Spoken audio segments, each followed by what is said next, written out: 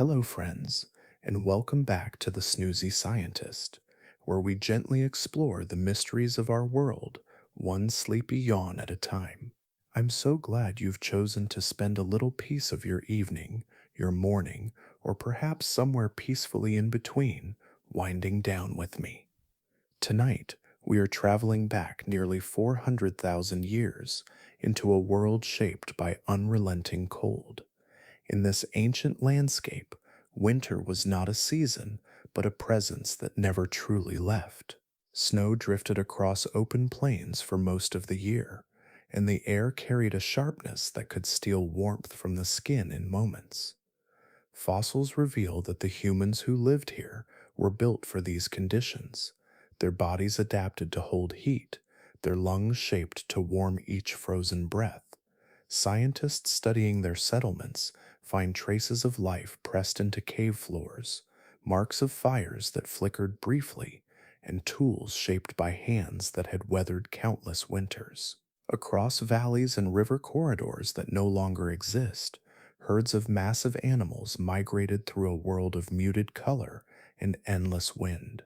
Studies suggest that Neanderthals followed these herds with quiet precision, moving through forests of ice-glazed branches and using simple yet sturdy tools to endure the bitter cold.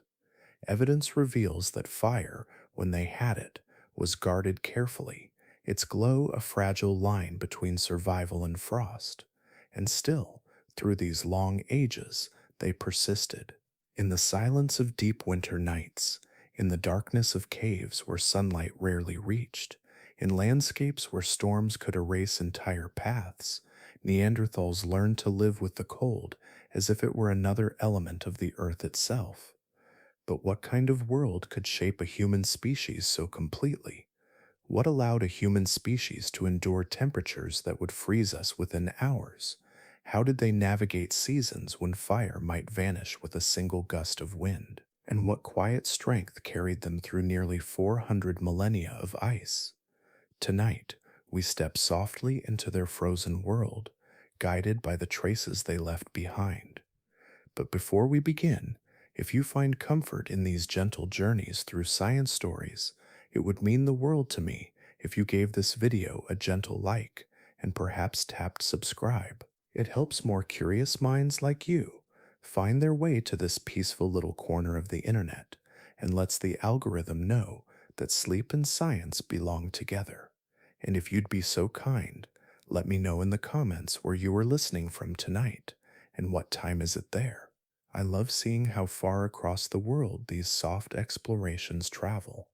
Now take a slow breath, let your shoulders soften, close your eyes if you'd like, and together, let's step quietly into the frozen age when Earth stood on the brink of extinction and life somehow found a way to survive. The world that held the Neanderthals was shaped by cycles of cold so deep and so long that whole landscapes seemed to breathe with the rhythm of advancing and retreating ice. Across Europe and great stretches of Western Asia, the land shifted through glacial ages that rose slowly like distant tides, then slipped back again over thousands upon thousands of years. These changes were not sudden storms or brief winters. They were quiet sculptors, carving valleys, lifting plains, and marking each generation with challenges carried forward through memory and instinct. Much of the continent belonged to the tundra during these long frozen spans. Trees grew sparsely, often scattered in lonely clusters that bent under the weight of ice. Their branches bare for most of the year, rattled softly in the wind like thin bones. The ground below them hardened into permafrost, a deep and stubborn cold that kept water locked out of reach. Mosses and hardy grasses clung to patches of soil where sunlight lingered for a few hours, then surrendered to a darkness that stretched far across the horizon. Storms moved across this world with a strange and unpredictable rhythm. Some arrived quietly, settling in without thunder or lightning, building layers of snow that masked the patterns of the landscape. Others charged across the plains with fierce and swirling gusts that carried ice crystals sharp enough to sting the skin. These storms could erase footprints in minutes and bury entire valleys in shifting white. Even large animals struggled through them, lowering their heads to face the wind as they searched for the next stretch of open ground. Seasons existed, but their boundaries felt loose and uncertain. Winter often stretched well beyond its usual place on the calendar, lingering into months that would once have brought warmth. When spring finally arrived, it came gently, almost shyly. Meltwater threaded through frozen soil and traced delicate lines along the edges of stones. For a brief moment, flowers pushed through the thaw and painted small patches of color onto a world still recovering from long darkness. Then, as the sun lifted a little higher, herds began to move. These herds shaped much of Neanderthal life, for the animals that roamed the frozen continent followed paths older than any human memory. Mammoths, massive and steady, walked across plains they had known for generations. Woolly rhinos traveled through shallow valleys where hardy grass grew in the short summers. Reindeer crossed long distances with surprising grace, forming rivers of movement that threaded between hills and ice ridges. Their patterns were not random, they were tuned to the land, responding to the subtle shifts of temperature, daylight, and the promise of food. Neanderthals lived within the rhythm of these migrations. The land offered no consistent abundance, so each season carried its own narrow window of possibility. When herds moved north, the cold seemed less heavy for a while, as if the presence of life warmed the air. When they drifted south, the land grew still again, and Neanderthal groups followed at careful distance. Their footsteps pressed into the same trails carved by hooves, then branched into side paths that led toward rivers, caves, or temporary shelters. The movement became part of their calendar, a quiet signal for when to hunt, when to shelter, and when to cross uncertain ground before winter breathed across the plains once more. Across this vast region, water shaped its own journey through the seasons. Rivers froze in long, pale ribbons that glowed softly under moonlight. Lakes hardened into smooth plains that reflected the sky. Only a few springs bubbled warm enough to resist the freeze, forming pockets of life surrounded by frost. These rare places became gathering points for animals and humans alike. Even in the coldest months, steam rose faintly from their edges, hinting at warmth hidden beneath the earth. The landscape itself seemed alive with movement. Glaciers pressed slowly across northern ranges, carving valleys that would one day hold forests. Winds drifted grains of ice across the open plains, shaping dunes that shifted from week to week. On clearer days, sunlight scattered across snow-covered fields and cast long blue shadows that traced the shape of each small rise in the land. At night, the sky opened into breathtaking clarity. Stars shimmered without disruption, and the moon cast silver paths across frozen rivers. It was a world of quiet brilliance, sharp cold, and delicate balance. Yet for all its starkness, this land held a strange beauty. There were moments when the air felt still enough to hear snow settling on stone. There were mornings when frost covered every blade of grass with tiny crystals that glittered like small jewels in the faint light. And in those moments, life carried on. Wolves padded across the tundra in search of scent trails. Birds circled in the crisp air, scanning the open fields for movement far below. Small animals tunneled beneath the snow, creating hidden corridors that warmed with their breath. Neanderthals were part of this world, woven into the same patterns of survival and migration. The land shaped them with its cold, its light, and its unyielding cycles of change. Each generation learned to read the subtle signs of shifting seasons, to understand where animals would pass, and to recognize the quiet warnings carried by the wind. Carried by the wind, it was a world that demanded patience and resilience, a world where life moved in harmony with forces far larger than any single group of people. As the glacial ages continued their slow advance, this vast frozen landscape became their home, a place both harsh and gentle, filled with challenges and quiet wonders that shaped the lives of those who walked through it. As the frozen world of the Pleistocene settles around us, another thread begins to weave quietly through the story of Neanderthal life.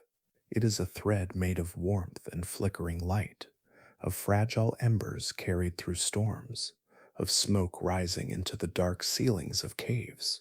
Fire was a presence that shaped every part of survival, yet the traces it left behind were uneven and full of mysteries that still puzzle archaeologists today. Across Europe and Western Asia, researchers have uncovered ancient hearths that sit like small circles of memory pressed into the earth. Some hold a thin layer of ash, pale as powder, as if flames once glowed there in short lived bursts. Others contain rings of stone arranged to cradle burning wood, their surfaces stained by heat long cooled. But in many of these places, something is missing. The tools that would have sparked these fires, tools for striking stone or creating friction, almost never appear. Archaeologists sift gently through layers of soil, brushing away centuries of dust. They find burnt bone fragments and pockets of charcoal, all signs that fire had warmed the space at some point. Yet the stones that could have created sparks are absent. Even in areas where Neanderthals lived for seasons at a time, the ground offers no clue that they possessed a reliable way to ignite flame from nothing. It is as if the fires simply appeared, glowing for a while, then disappearing without explanation. There are sites where people clearly lived, slept, worked, and prepared food, yet no burned material lies beneath the soil. No soot clings to cave walls. No ash gathers in corners. These homes, shaped by careful hands and steady days, show no sign of heat. It is a strange silence in the archaeological record, a quiet gap that invites closer attention. The absence feels as meaningful as the presence of flame itself. Because of this pattern, many scientists believe that Neanderthals may not have been able to create fire at will. Instead, they may have depended on embers from natural sources. Lightning striking a dry tree, a wildfire sweeping through distant grasslands, a spark caught by chance at the edge of a storm. When flames appeared in the landscape, they would have been precious gifts, taken carefully and kept alive for as long as possible. This idea changes how one imagines daily life. A fire was not simply a tool, it was a companion that required constant care.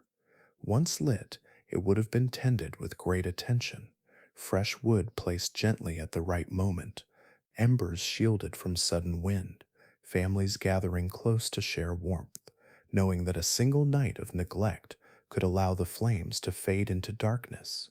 When people moved across the land, they may have carried glowing coals inside bark containers or stone cups, protecting the heat through rain and drifting snow until it could be fed again. Evidence of this careful relationship appears in certain sites where fire traces return again and again. The hearths were not large or extravagant. They were modest, as if their purpose was not abundance but endurance. Bones show signs of having been lightly scorched, just enough to make them easier to break for marrow. Stones have heat fractures that speak of gentle, controlled fires.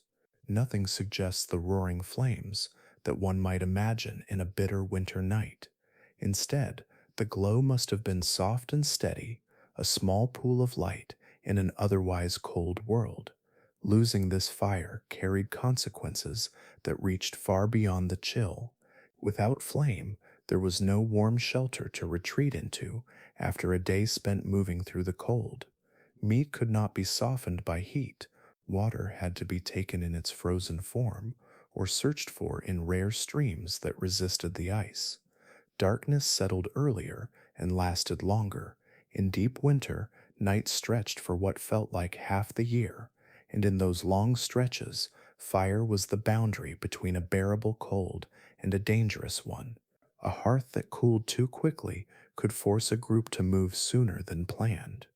They might have journeyed toward a neighboring shelter where embers still lived. They might have followed the memory of an older wildfire path, hoping to find the faint glow of smoldering wood beneath layers of snow. And if no such spark remained, they faced the challenge of surviving without it until nature offered another chance. Archaeological layers tell small parts of this story. Thin bands of ash appear intermittently, suggesting periods when fire was present, followed by stretches where it was not. Some sites show repeated occupation with little evidence of burning. Others reveal brief moments where warmth and smoke were part of life, then vanished again. These clues paint a picture of a people living in close rhythm with forces beyond their control. In this frozen world, fire was not guaranteed. Yet the Neanderthals adapted with patience and skill, learning how to keep small flames alive through long nights and uncertain days. They shaped their lives around the possibility of warmth, carrying it forward whenever they could, and enduring its absence with remarkable resilience. The story of their fire is a story of careful hands and watchful eyes, of embers shielded beneath hides, of quiet circles of warmth in landscapes ruled by ice. It is one of the most puzzling patterns in the archaeological record, and it reveals a part of their world that flickered gently, sometimes brightly, sometimes not at all, but always close to the edge of the cold.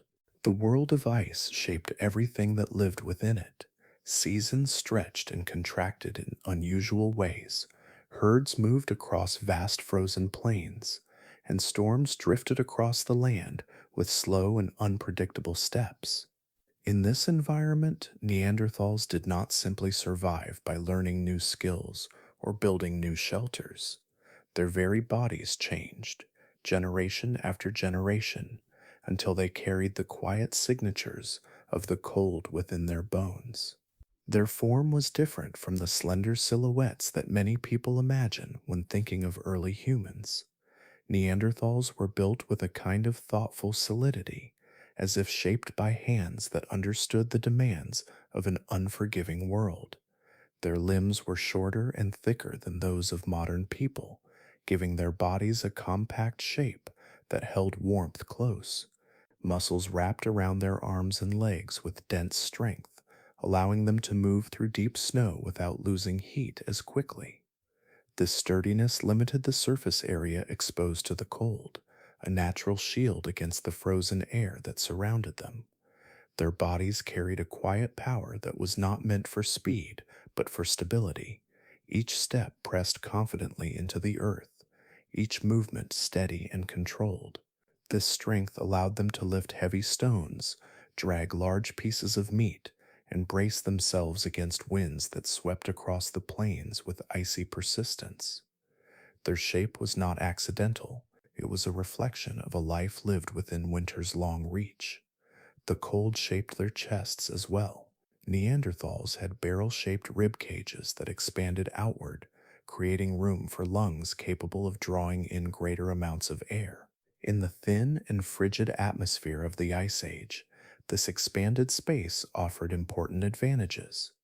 Their lungs warmed air more effectively as it entered, allowing oxygen to reach deep into their bodies, even during long hunts or moments of sudden exertion. The shape of the chest also helped retain body heat during long nights in open shelters or quiet hours spent preparing hides and tools. Within their faces, the cold left another unmistakable mark. Their noses stretched forward in broad, strong bridges, creating spacious nasal cavities within. When cold air passed through these pathways, it slowed just enough to warm slightly before reaching more delicate tissues. It was a small buffer against frost and a silent companion on countless winter days. These enlarged spaces also allowed more moisture to be reclaimed from each breath, an important feature in regions where dryness settled heavily over the land during glacial winters. Their skulls carried a familiar human shape, yet subtle differences revealed an intimate relationship with the cold.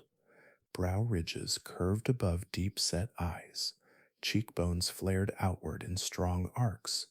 Behind these features, their brains rested within robust cranial walls that hinted at a life of physical demands and constant environmental pressure. It is a reminder that they were not primitive versions of humanity, but a distinct branch shaped by conditions that our own species never endured on the same scale. Beneath the skin and muscle, their bones told some of the clearest stories. Neanderthal skeletons show remarkable thickness, with long bones that carried a density far greater than the average modern human. This strength supported the powerful muscles layered above, helping them move across uneven ground or brace against the force required to hunt large animals. The cold pressed its presence even into the smallest details. The ends of bones show patterns associated with heavy workloads and frequent strain. These signatures offer glimpses of lives filled with physical effort, whether carrying meat across long distances or navigating icy slopes. The structure of their hands reflected this intensity as well. Broad palms and strong fingers suggest that they gripped tools tightly, even in bitter temperatures. Their grip was stable and certain, allowing them to shape stone, scrape hides, and hold spears despite the numbing chill. Their joints show signs of repeated use, as if each individual carried the memory of countless tasks passed down through generations. These adaptations were not created quickly. They appeared slowly as the climate shifted and the land offered new challenges. Over thousands of years, bodies adjusted to the rhythm of seasons that stretched far beyond the ones we know today. Tiny changes accumulated, and soon a lineage emerged that could move with quiet steadiness through some of the coldest places ever inhabited by humans. The cold shaped their vision of the world, too. Wide chests and strong limbs were not simply parts of their physique, they were parts of their daily experience, influencing how they hunted, how they traveled, and how they rested. Their bodies carried them through deep valleys filled with snow and across open plains where the wind pressed against the skin like a constant weight. Each feature, from the curve of their ribs to the line of their jaws, served a purpose in that larger story. Their lives were written into their skeletons in ways that remain visible even after tens of thousands of years. Archaeologists study these remains with care, tracing the lines of muscle attachments, the size of joints, and the curvature of bones to understand how Neanderthals moved through their world. The evidence speaks softly but clearly. These were people shaped by endurance. Their bodies were answers to the demands of ice, formed by generations who lived closely with winter and carried its influence in every breath. In this quiet blending of physical strength and environmental pressure, the intimate connection between Neanderthals and their world becomes evident. They were not simply enduring the cold, they were part of it, shaped by it, adapted to it, and softened into harmony with it through time. As the shape of the Neanderthal body emerges from the quiet light of the previous chapter, another part of their world begins to take form, a part just as essential to survival as warm shelters or steady hands tending fragile fire. It is the story of food in a land where winter lingered and ice stretched across open ground. In this frozen world, the search for nourishment shaped every decision, every movement, and every life that grew from childhood into adulthood beneath the pale skies of the Ice Age. The land itself offered little variety. Plants grew sparsely and only for brief moments each year. Berries, roots, and small greens appeared in scattered patches as the snow retreated, but these plants alone could not sustain a large body shaped for cold endurance. Neanderthals required vast stores of energy to fuel their dense muscles and to maintain warmth in regions where the air carried a constant bite. Their diet needed to be rich, steady, and powerful enough to support a life filled with physical demands. Across the plains and frozen valleys, large animals moved in steady paths. These great creatures carried within their bodies the dense calories that humans of this ancient world depended upon. Mammoths walked slowly through the tundra, their heavy coats swaying as they pushed through the snow.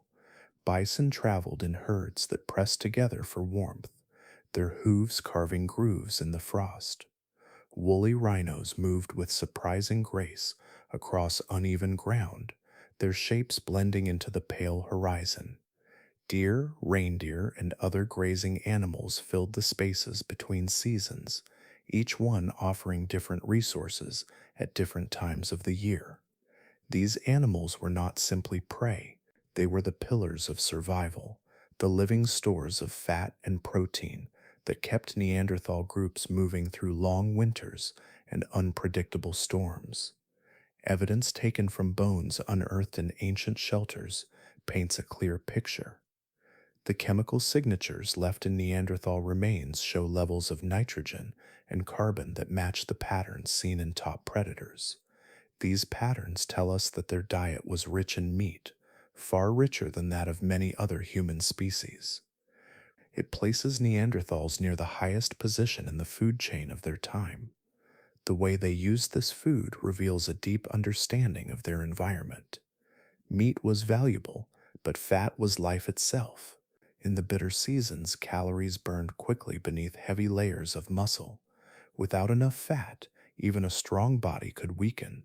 Neanderthals learned to seek out the richest parts of the animals they hunted.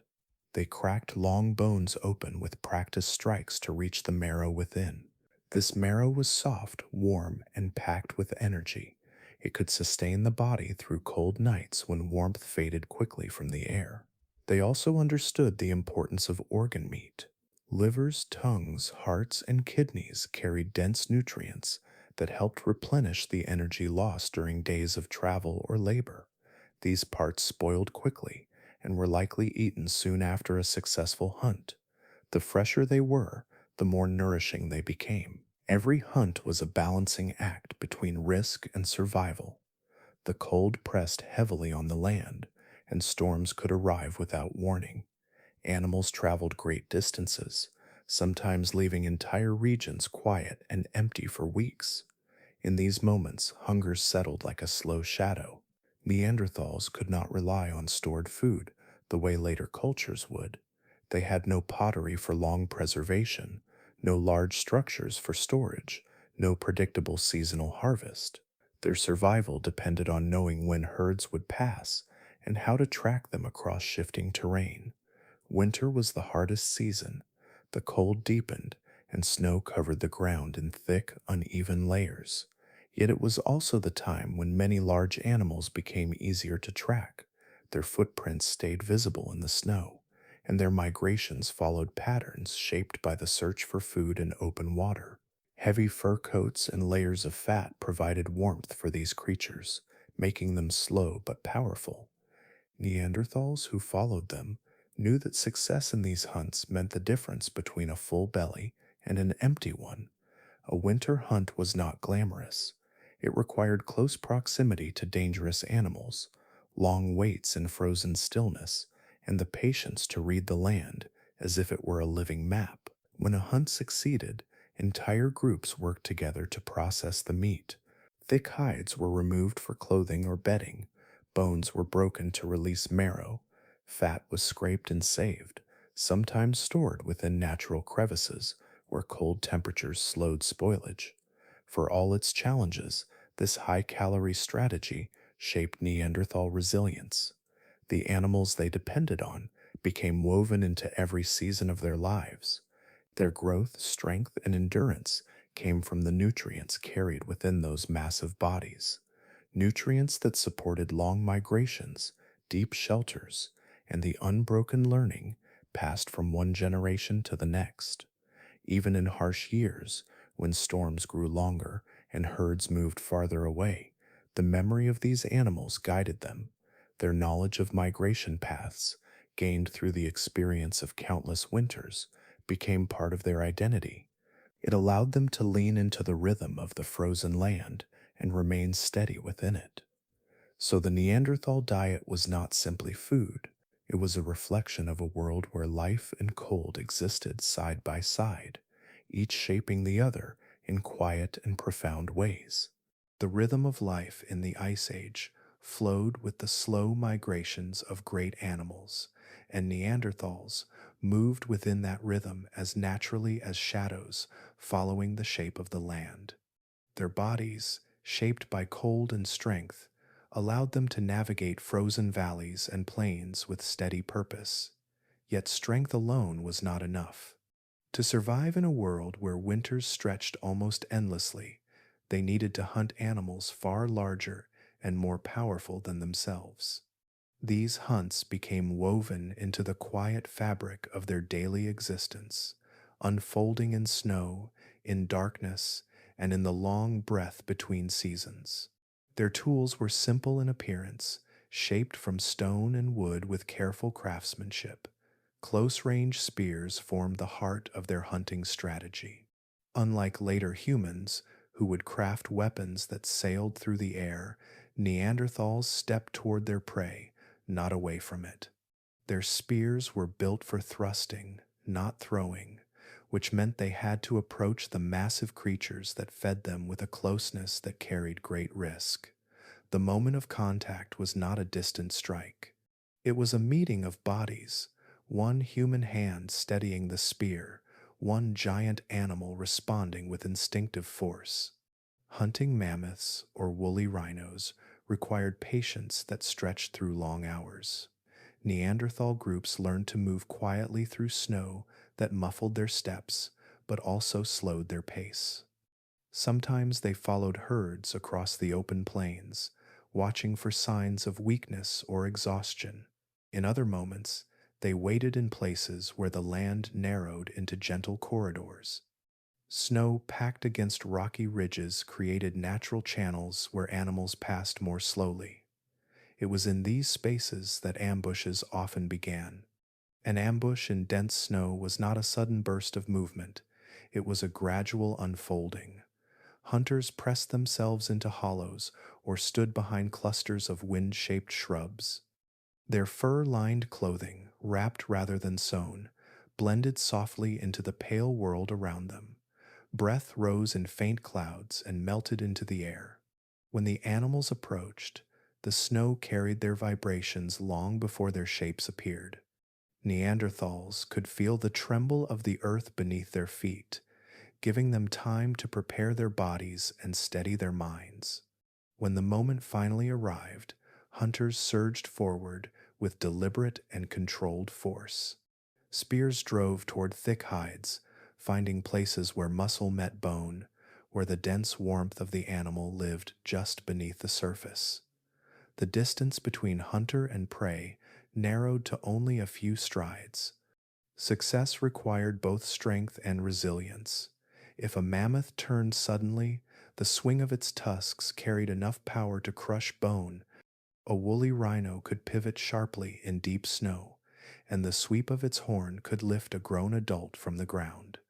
Sometimes hunts took place not in the open, but within forests where heavy branches strained under frost. Snow fell in quiet bursts from above as groups moved between tree trunks. Animals startled easily in these close quarters, and the danger increased with the narrowness of space. Yet forests also helped mask movement, giving hunters a small advantage in a world where the cold made even breathing feel loud. After a strike, the hunt often continued across long distances. Wounded animals fled through icy terrain, leaving trails in the snow that shimmered in the faint winter light. Neanderthals followed these trails with practiced eyes, reading the depth of each footprint, the spray of disturbed frost, and the direction of broken twigs. Every sign told a story. A deeper mark meant the animal was tiring. Scattered snow meant a sudden burst of speed.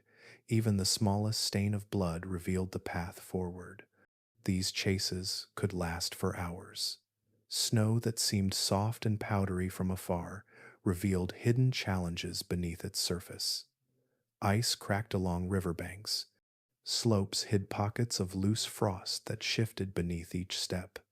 Yet Neanderthals moved with familiarity through these obstacles. The landscape was not merely a setting, it was a companion in the hunt, one they understood through experience and quiet attention. Evidence of these hunts remains not only in the tools they left behind, but also in their bones. Many Neanderthal skeletons show injuries that mirror those seen in modern rodeo workers. Fractures healed unevenly. Shoulders bear signs of repeated strain, as if arms had braced against immense force again and again. Ribs reveal places where blunt impacts once struck. These marks speak gently of lives lived in close contact with powerful animals. They suggest courage paired with necessity, a willingness to enter dangerous space for the sake of the group. Despite these risks, these hunts created moments of profound cooperation. Groups moved together, each person holding a role shaped by knowledge passed down through generations. Some guided animals toward narrow paths, others waited with spears ready. Still others prepared tools in advance or carried material to process the meat once the hunt was over. The strength of their bodies blended with the strength of their community, creating a balance that allowed them to continue through long cycles of cold. When a hunt succeeded, it brought not only food but warmth. Fat and marrow would sustain the people through the next storm. Bones and hides would become tools and shelter. Nothing was wasted. In this exchange, the frozen world softened for a while, offering its brief generosity to those who understood how to move within its quiet rhythm. Through snow-filled forests and open plains, in half-light mornings and long winter evenings, Neanderthal hunters carved their place in the world with patience and enduring strength. Their hunts were more than survival. They were the steady heartbeat of a life lived side by side with giants. The frozen world shaped Neanderthal bodies in quiet, powerful ways, and it shaped the objects they held just as deeply. In their hands, stone became an extension of thought and memory, a simple companion that moved with them through long winters and shifting landscapes. These tools did not seek elegance. They were shaped for strength, for steadiness, and for the slow demands of life in a land where the cold touched everything. What archaeologists now call Mousterian tools were crafted from stones chosen for their toughness.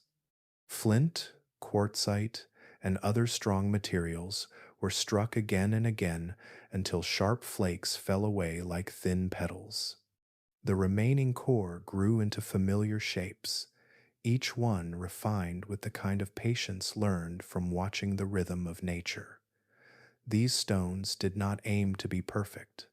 They aimed to last, to withstand the pressure of thick hides, frozen sinew, and wood hardened by frost. Hand axes carried this purpose clearly. Their broad shapes fit against the palm, warmed slightly by touch as work began. Neanderthals gripped them directly rather than attaching handles, letting the weight of each tool guide the motion of the arm. When pressed against meat or used to shape a branch, the stone held firm, resisting cracks even when temperatures dropped so low that other materials became brittle. These axes traveled with families for long distances, tucked among belongings or held at a belt's edge, waiting for the next task. Scrapers were shaped with softer curves that matched the gentle motion needed for hide working. When hunters returned with the great animals that sustained them, the hides needed to be prepared quickly before the cold stiffened them. Scrapers removed layers that were too tough to use, smoothing the surface so it could later be wrapped around shoulders or laid beneath sleeping bodies. In the dim light inside shelters, the soft rasp of scraper against skin blended with the sound of fire glowing nearby or wind drifting across the cave entrance. Points served a different purpose. Crafted into narrow, sharp forms, they were bound to wooden shafts using sinew or plant fibers softened with moisture. Once dried, these bindings tightened into a strong grip. Each point needed to stay intact when pressed into heavy muscle during a hunt, and Neanderthals shaped them with that strength in mind. Edges were sharpened repeatedly, leaving behind small scars that speak of many hours of careful attention. These points, sturdy and reliable, completed the spears that allowed hunters to approach large animals with confidence born from familiarity. The design of these tools reflects the world around them. Handles and fine decorations would not have lasted in deep winter conditions. Instead, each tool was shaped to sit securely in a hand, sometimes numb from cold, where smooth edges helped maintain control. They were crafted with a deep understanding of how the body moved through ice and snow, how grip changed when fingers stiffened, and how stone responded to sudden force. When preparing clothing, Neanderthals relied on these tools alone. Needles, delicate and small, do not appear in their archaeological record.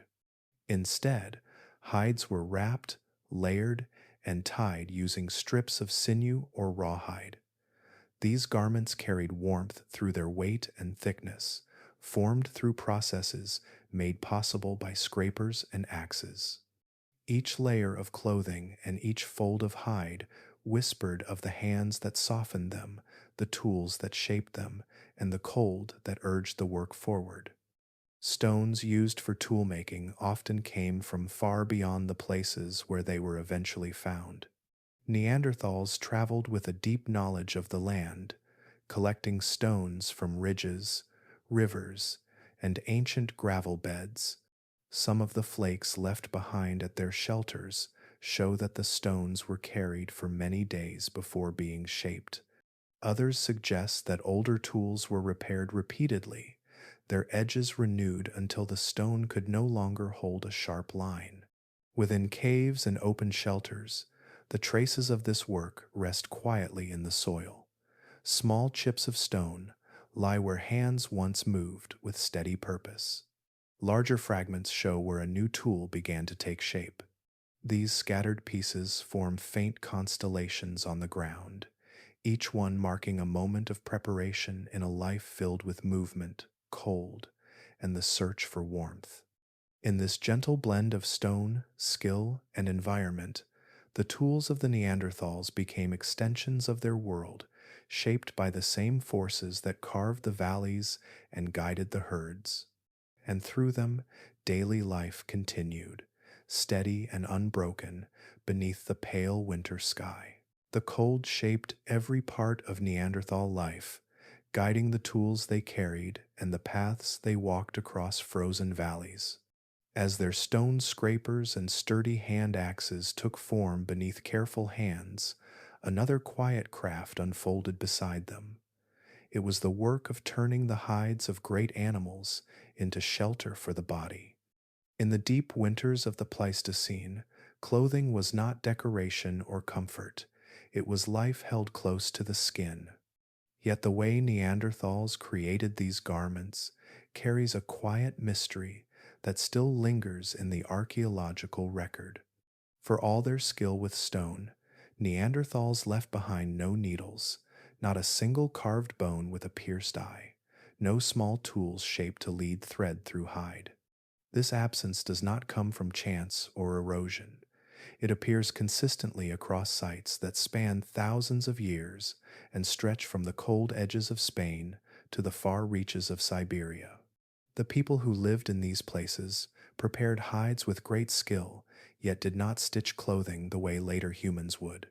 Instead, their garments were likely wrapped, tied, and layered in ways that matched the demands of the land they moved through. The process began long before the clothing took shape. After an animal was brought down in the snow or along a riverbank, its hide had to be removed with patience.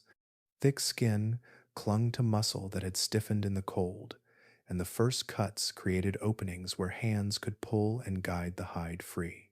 Once separated, the skin was stretched across the ground or over a wooden frame. Here, the scraper tools came into their deepest purpose.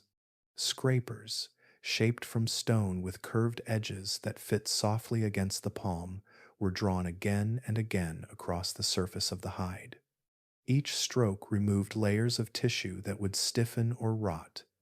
The work was slow, rhythmic, and essential. The hide softened under this steady motion, becoming more pliable and able to bend without cracking. As flakes fell away and the texture changed beneath the scraper, the hide transformed into something ready for wear, something that could hold warmth through long nights.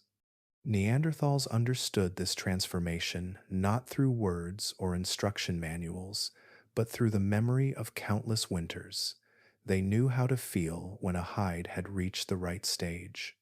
They knew how to balance dryness and softness, how to leave certain parts thicker for added protection, and how to use smoke or fat to keep the material supple.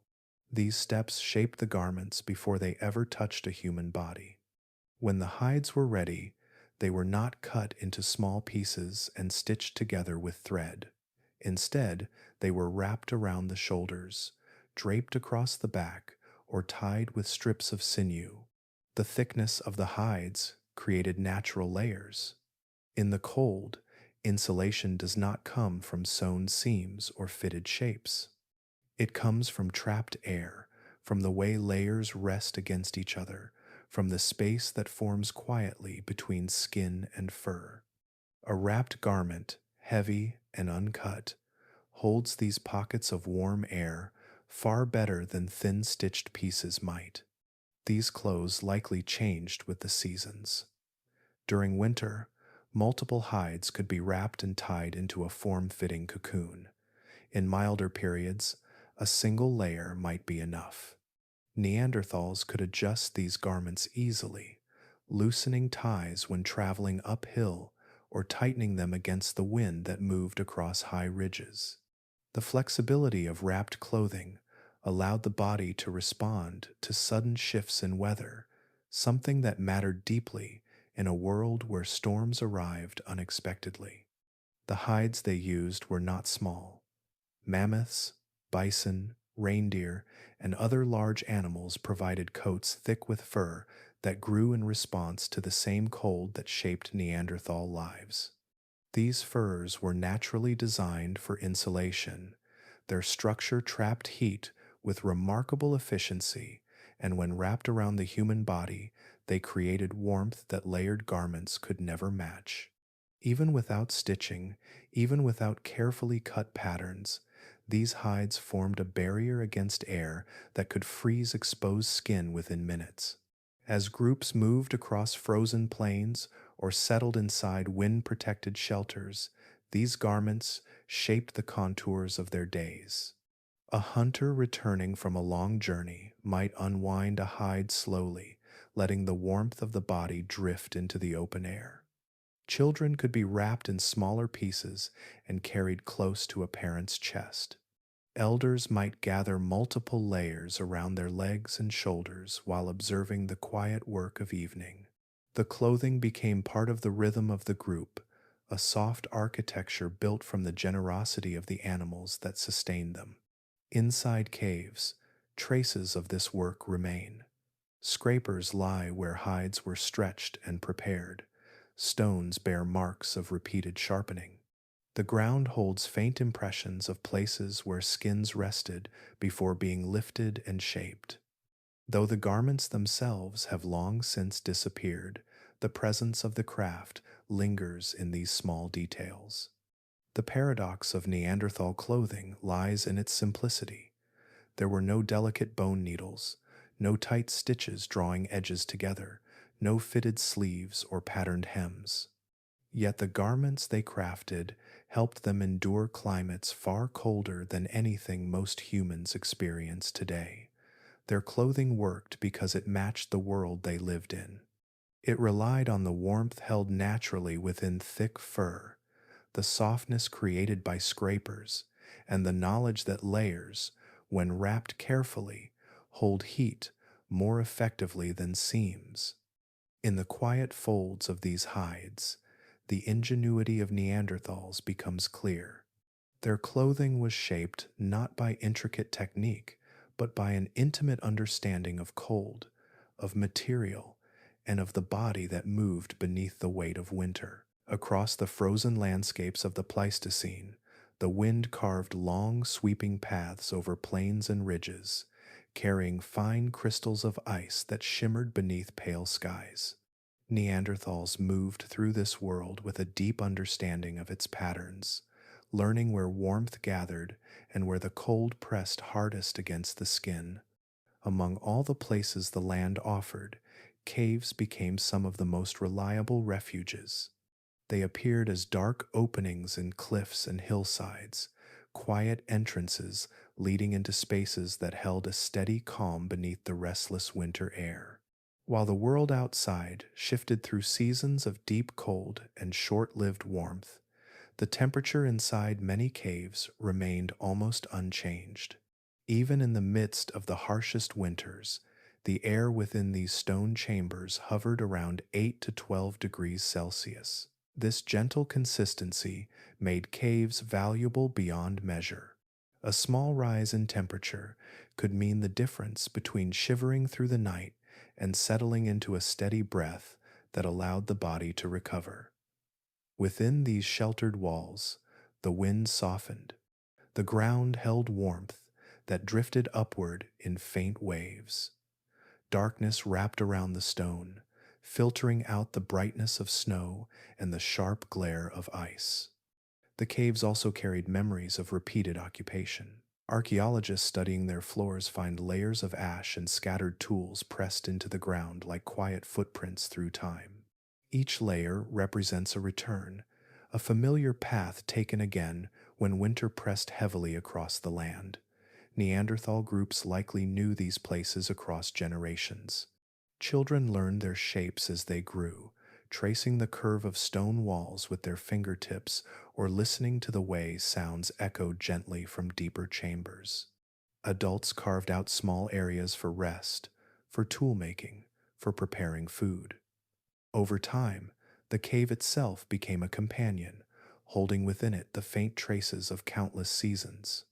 Inside these shelters, ceilings often darkened from the smoke of many fires. The soot formed soft patterns that climbed along the stone, revealing where flames once flickered during long nights. Some parts of the ceiling became almost polished with darkness, a sign that fires had burned in the same place many times before. These smoke stains glow as evidence of the fragile warmth Neanderthals managed to maintain when conditions outside grew severe. Even when fire was difficult to keep alive, the cave helped hold the heat close, keeping the small circle of light from fading too quickly into the cold. On the floors below these ceilings, hearth circles appear as faint outlines made from stones placed with intention. Some are only small arrangements, built to cradle a flame that would burn for a short time. Others are more elaborate, ringed with stones that held embers steady against sudden drafts. Around these hearths, fragments of bone and stone lie scattered, revealing where food was prepared or tools were shaped. These circles mark the heart of each occupation, a place where warmth settled and shadows danced across the faces of those gathered nearby. Yet caves were not always peaceful or safe. The same shelter that protected Neanderthal groups also attracted other creatures seeking refuge from the cold. Cave lions, powerful animals with thick coats and a quiet prowl, sometimes claimed these spaces for themselves. Their footprints and bones, found in the same chambers where human remains appear, show that both species moved through these interiors at different times. Hyenas, bears, and other predators also visited, and their presence lingered in claw marks, scratched into stone or in dens, shaped by their bodies pressing into the soft earth. This shared use of caves added an element of caution to Neanderthal life. Before settling inside, they would have approached carefully, listening for the low rumble of a resting predator or scanning the entrance for fresh tracks pressed into the soil. Even a cave familiar to the group could hold new dangers after a long absence. If another animal had claimed the refuge, Neanderthals needed to choose between waiting, finding another shelter, or attempting to drive the creature out. Each decision unfolded within the larger rhythm of survival, shaped by the cold and the need for warmth. Some caves were large enough to accommodate both humans and animals at different times, shifting use as seasons changed.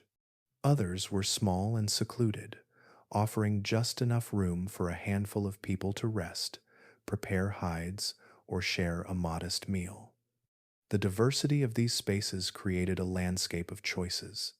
A shallow cave might offer shelter from a sudden storm, while deeper caves became long-term refuges during extended cold periods. In many of these places, the echoes of past lives still remain.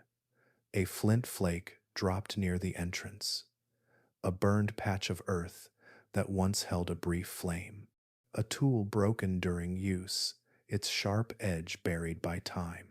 These pieces whisper of evenings spent in quiet conversation, of hands working in soft light, of bodies resting close together as night settled against the cave mouth. The caves of the Ice Age were more than shelters. They were warm breaths in a frozen continent, pockets of steadiness within a world ruled by winter. Within their stone walls, life continued through storms, changing seasons, and the long journey of survival carried forward by each generation. Night settled differently on the Ice Age world. It came early, often swallowing the last traces of daylight before the land had finished exhaling the cold gathered during the day. In winter, darkness lingered for long stretches that felt almost timeless, stretching across evenings and mornings until the two nearly blended. Within this vast span of quiet, Neanderthals shaped their own gentle rituals of rest. Their sleep was not a separate part of life. It flowed naturally from the rhythms of hunting, moving, preparing hides, and tending delicate fires that glowed faintly inside shelters. Sleep in such a world required more than the simple closing of eyes. It required warmth held close to the skin, safety from the frost that pressed through stone, and trust shared between the people resting together. Neanderthals did not sleep alone. Their nights unfolded as soft gatherings of bodies arranged in small clusters, each person contributing warmth to the others. The heat of one body reached the next, forming a quiet circle of steady breath and slow heartbeats. These shared moments helped retain precious warmth during nights when icy air flowed freely across the ground. Their resting places were shaped with care. In shelters or caves, they arranged platforms made from branches, grasses, and layered hides. The branches lifted their bodies slightly above the cold earth so that winter air did not steal heat too quickly. Thick hides, softened earlier with scraper tools, were placed on top to create a barrier between body and ground. Over time, these platforms compressed into shapes that reflected the places where people curled their legs or rested their arms. In some sites, archaeologists can still trace the faint impressions of these sleeping areas, gentle dips in the soil where bodies once settled. These platforms changed depending on the season.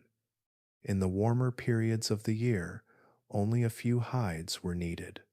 Their soft texture made sleeping more comfortable after long days spent moving through forests or across open plains. But as winter deepened, the layers grew thicker. Additional branches strengthened the base. More hides were added, each one holding warmth for the next. The sleeping area became a small nest against the cold, shaped gradually through quiet adjustments. Inside caves, darkness came quickly.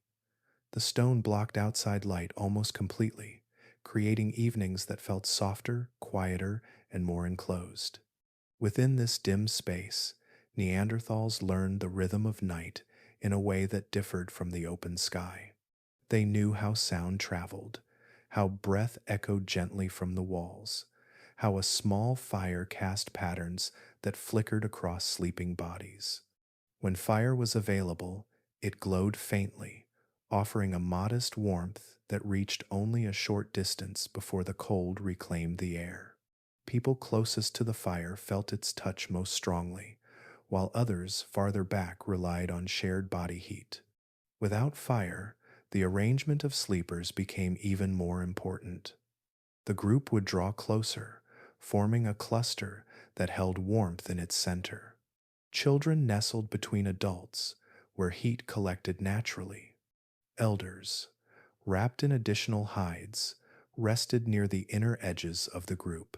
This arrangement changed with time, with need, with the small shifts of breath and position that took place throughout the night. There was no perfected pattern, there was only a quiet search for balance, guided by instinct and experience. The rhythm of sleep itself changed with the seasons. In long winter months, when daylight seemed like a brief visitor, Neanderthals likely rested for extended periods. Their bodies slowed to match the stillness of the land.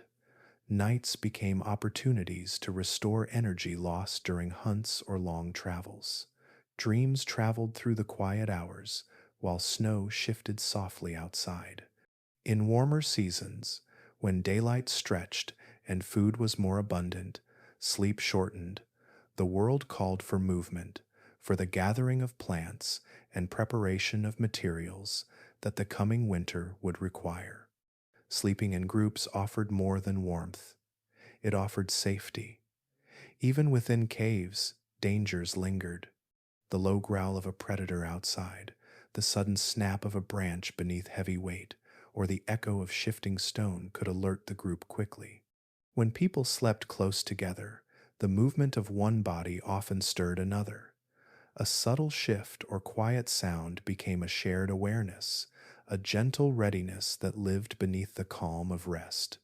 Through this closeness, the group remained attuned to the world outside, even while wrapped in layers of hides and darkness.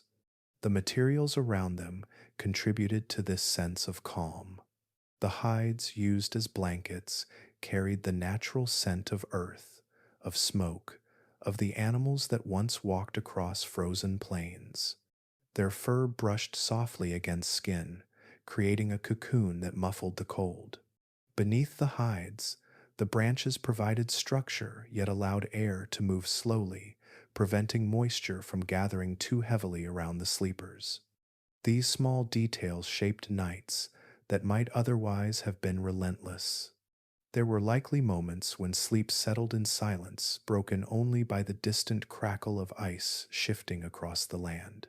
Other nights held the sound of wind sweeping through valleys, a steady hum that threaded its way into the dreams of those resting inside.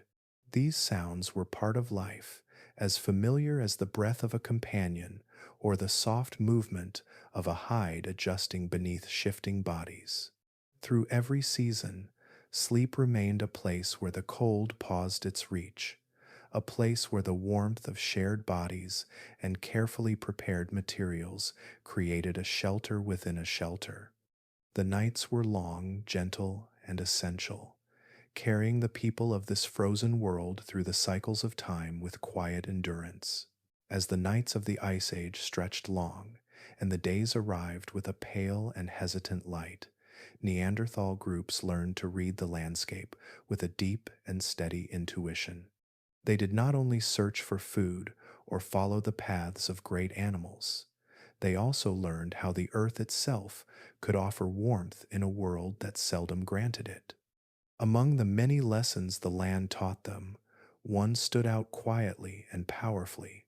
It was the understanding that direction mattered, that a simple turn toward the sun could shape the difference between bitter cold and a gentle, livable warmth. Across the frozen plains and valleys, caves and rock shelters opened in many directions.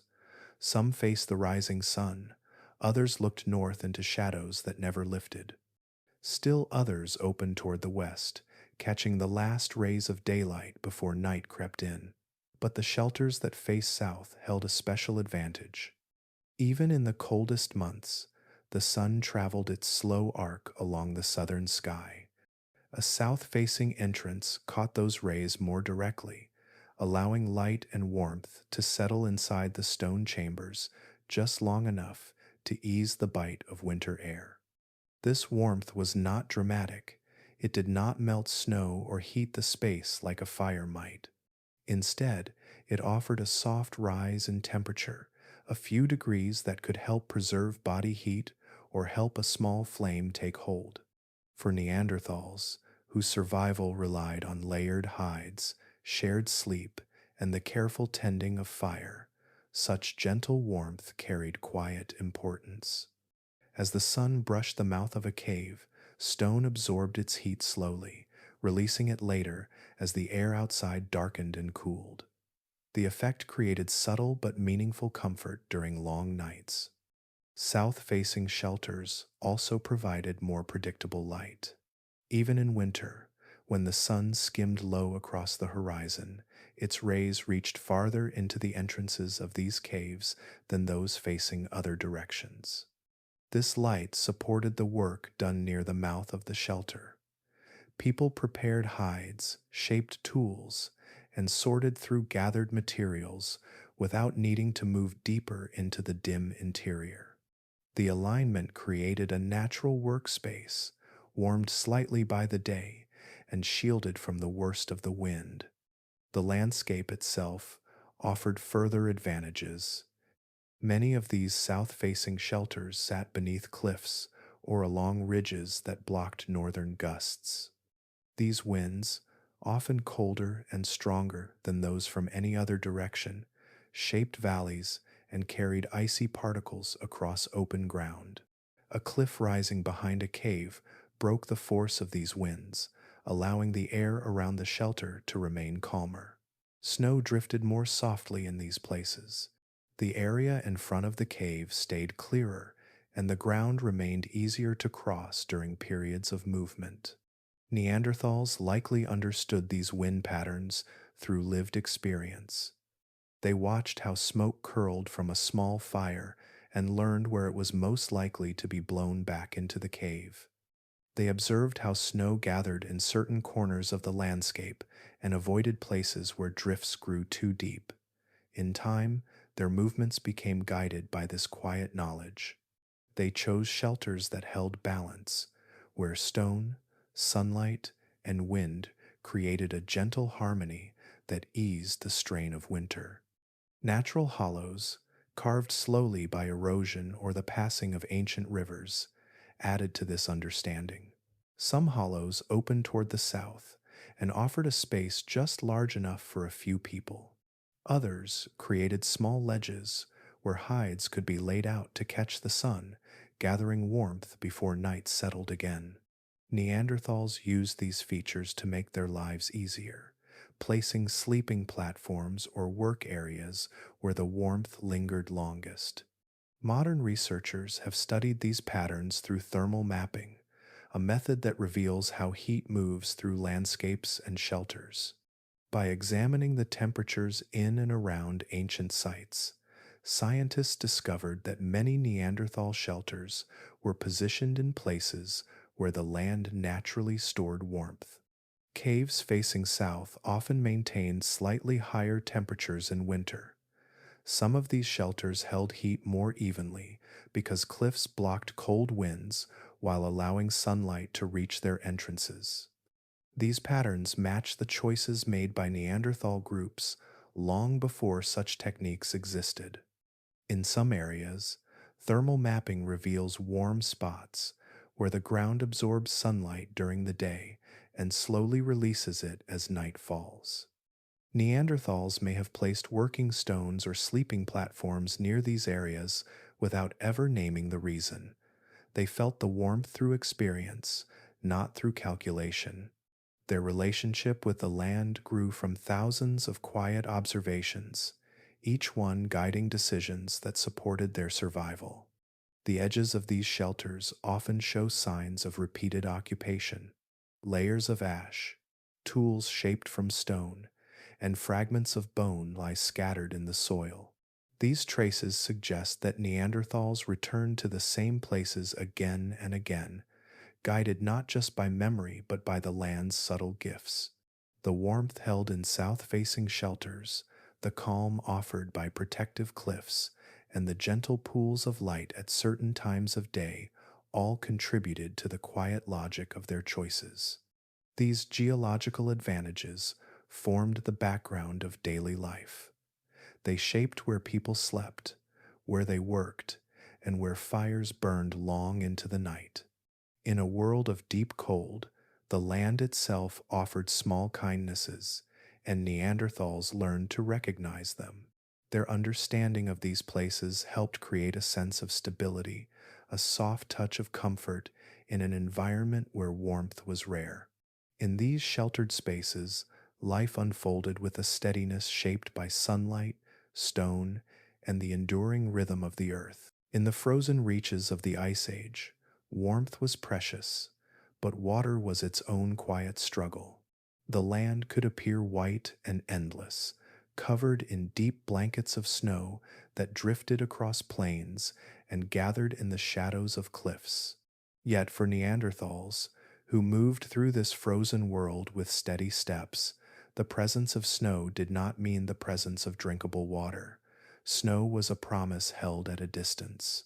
It shimmered beneath pale sunlight, soft and plentiful, but it kept its water locked away in cold crystals that could chill the body from within if eaten directly. Finding safe, drinkable water became another skill carried through memory and experience, shaped by the rhythm of seasons and the challenges of the cold. Snow could be melted, but fire was never guaranteed. Neanderthals had learned to tend flames with care, guarding their embers as they moved from one shelter to another. But the winter storms that swept over the land could smother a fire without warning. A sudden gust could scatter sparks. A patch of wet wood could refuse to catch flame. In times when fire lived only as faint embers or vanished entirely, melting snow became a delicate and difficult task. Without steady heat, snow took energy from the body rather than giving it. Holding it in the mouth chilled the breath, lowering core temperature at moments when warmth meant survival. So Neanderthals turned to the landscape for answers. They followed the memory of water through ridges and valleys, seeking the rare places where liquid still moved beneath the cold. Springs formed one of these lifelines. In many regions of Europe and Western Asia, groundwater rose from the earth with a temperature just warm enough to resist freezing. These springs gathered in small pools, their surfaces steaming faintly in the coldest months. Neanderthals learned to recognize the signs of such springs. A patch of ground free from heavy snow, the sound of trickling water hidden beneath layers of ice, or the presence of animal tracks leading toward a particular hollow could mark a dependable source. Streams that continued to flow through winter offered similar relief. They twisted through valleys where the ground dipped low enough to shield them from the full force of the wind. Some ran beneath thin layers of ice that could be broken with a stone. Others remained open in narrow channels carved by the movement of water. These streams were cold enough to numb fingers, but they held what the body needed most. Neanderthals visited them with care, approaching slowly so the ice along the banks did not crack too suddenly beneath their weight. Even so, water was never a simple matter of finding a stream or spring. The cold shaped every part of the experience. Reaching a water source sometimes required descending icy slopes or crossing stretches where snow hid uneven ground. On days when storms swept through the land, the paths to these sources shifted or disappeared entirely. Snow buried familiar landmarks, and wind erased the tracks that might guide a group back to their shelter. In such moments, memory guided them. They carried in their minds the locations of springs known to their parents and grandparents, places visited in earlier winters when similar storms had passed. When fire was available, Neanderthals could melt snow carefully, placing small quantities near the edge of the flames on flat stones or inside shallow depressions scraped into the ground. The heat loosened the snow into droplets that gathered slowly, warmed just enough to drink without drawing heat from the body. This method required patience, and the yield was modest. But in times when water sources lay far away, these melted droplets became precious.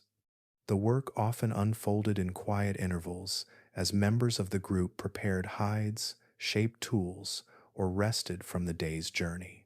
The sound of melting snow added a soft rhythm to the shelter, a reminder that even in the deepest cold, the land still offered what was needed. Hydration in such conditions held its own complexities. The cold reduced a person's sense of thirst, masking the body's need for water. During hunts or long travels, breath crystallized in the air, carrying moisture outward with each exhale. Muscles working in heavy clothing and deep snow lost fluid slowly, not through heat or sweat, but through the steady exertion of movement against resistance. Neanderthals, attuned to their world, learned these rhythms. They paused at springs even when thirst felt distant. They drank from streams before continuing journeys. They passed water to children and elders more often during the coldest days, when the signs of dehydration were harder to recognize. On rare days when ice thickened too deeply over streams or snow buried the entrances to springs, Neanderthals adapted. They searched for places where the sun softened the edges of frozen rivers or where the ground dipped to collect meltwater during midday. Sometimes, a pool formed near the mouth of a cave, fed by droplets that gathered along the stone and fell slowly to the floor. Even such small amounts could help sustain a group through difficult stretches. The land offered water in quiet, hidden ways, and Neanderthals learned to listen. They read the shape of the terrain, the whisper of moving water beneath ice, and the patterns of frost along the ground. Each discovery became part of the knowledge carried forward through generations. In this frozen world, the search for water was not a constant struggle.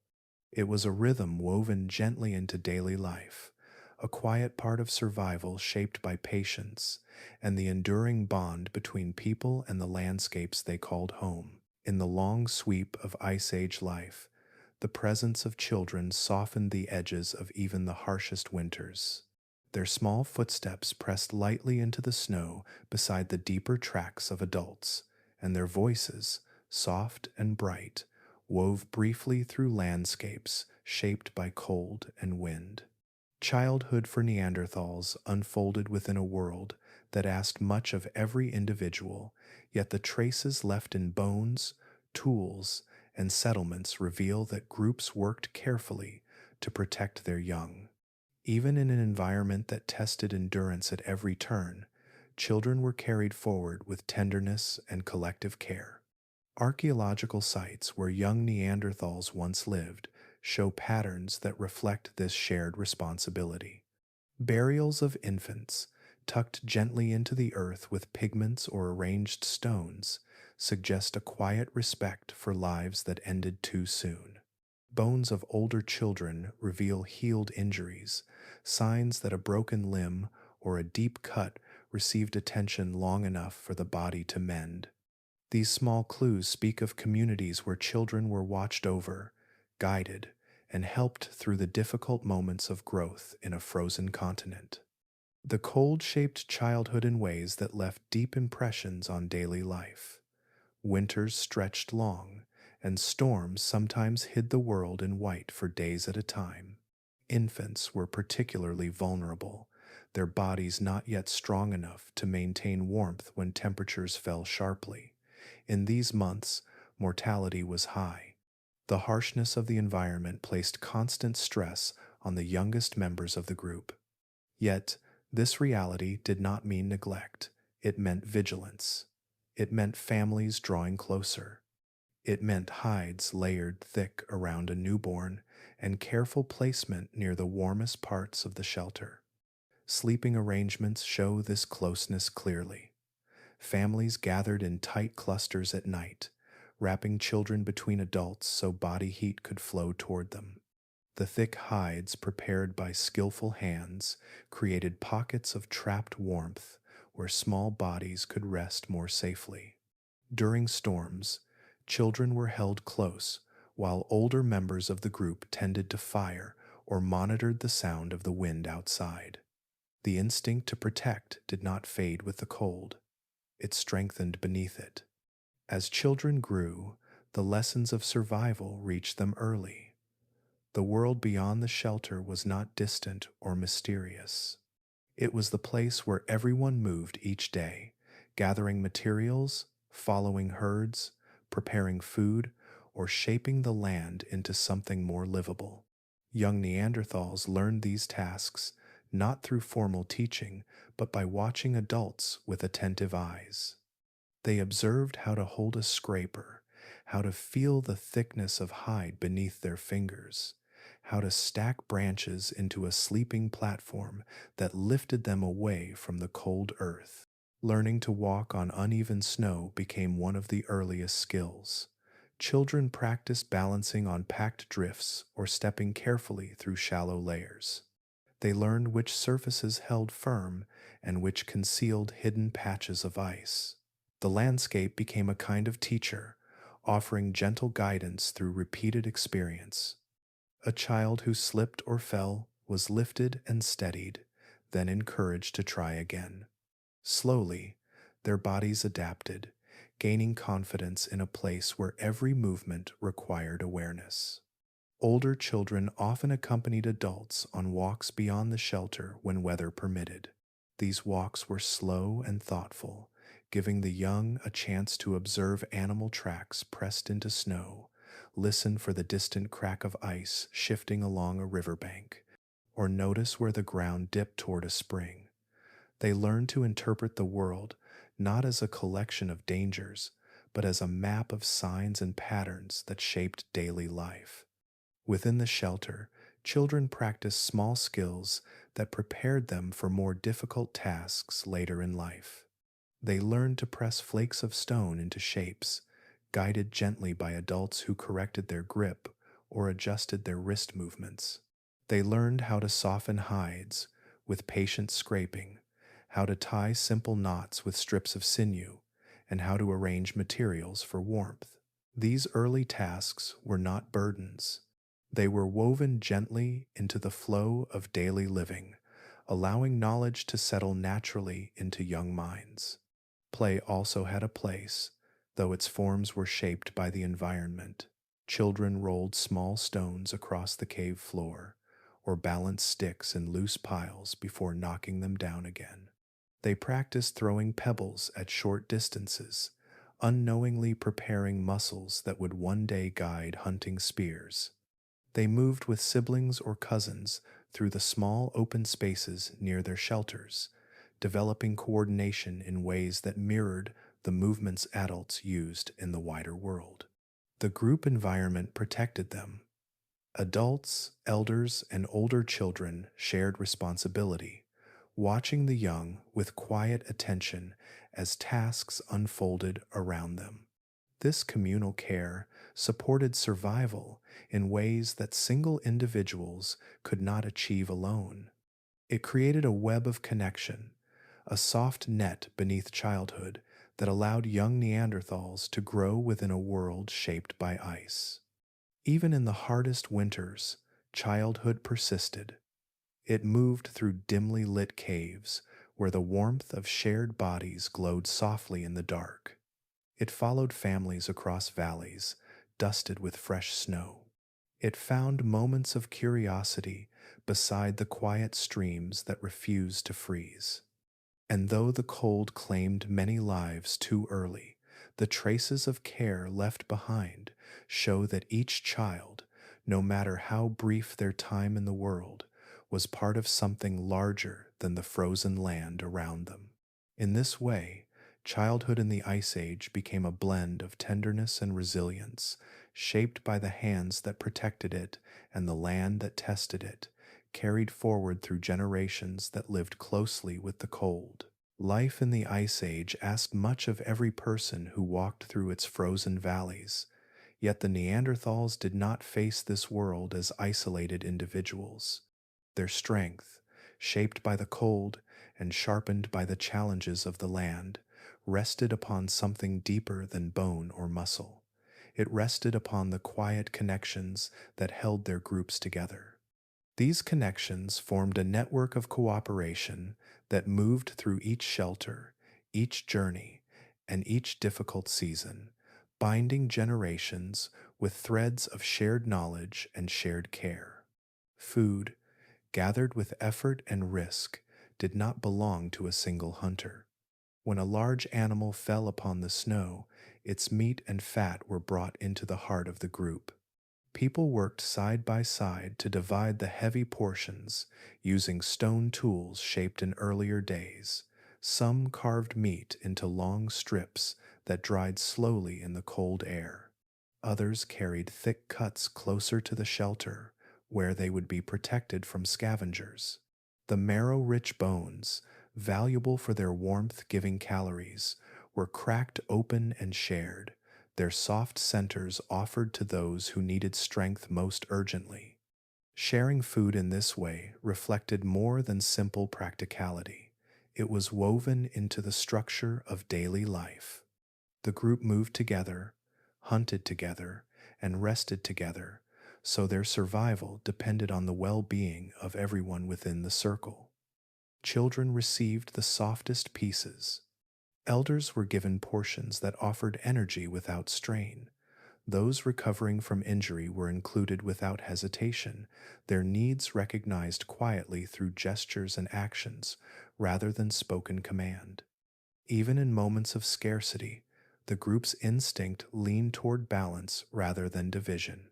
Roles within these gatherings formed gently, shaped by experience, age, and ability. Adults in their strongest years walked farther from the shelter, searching for signs of movement across the plains or listening for the distant call of animals.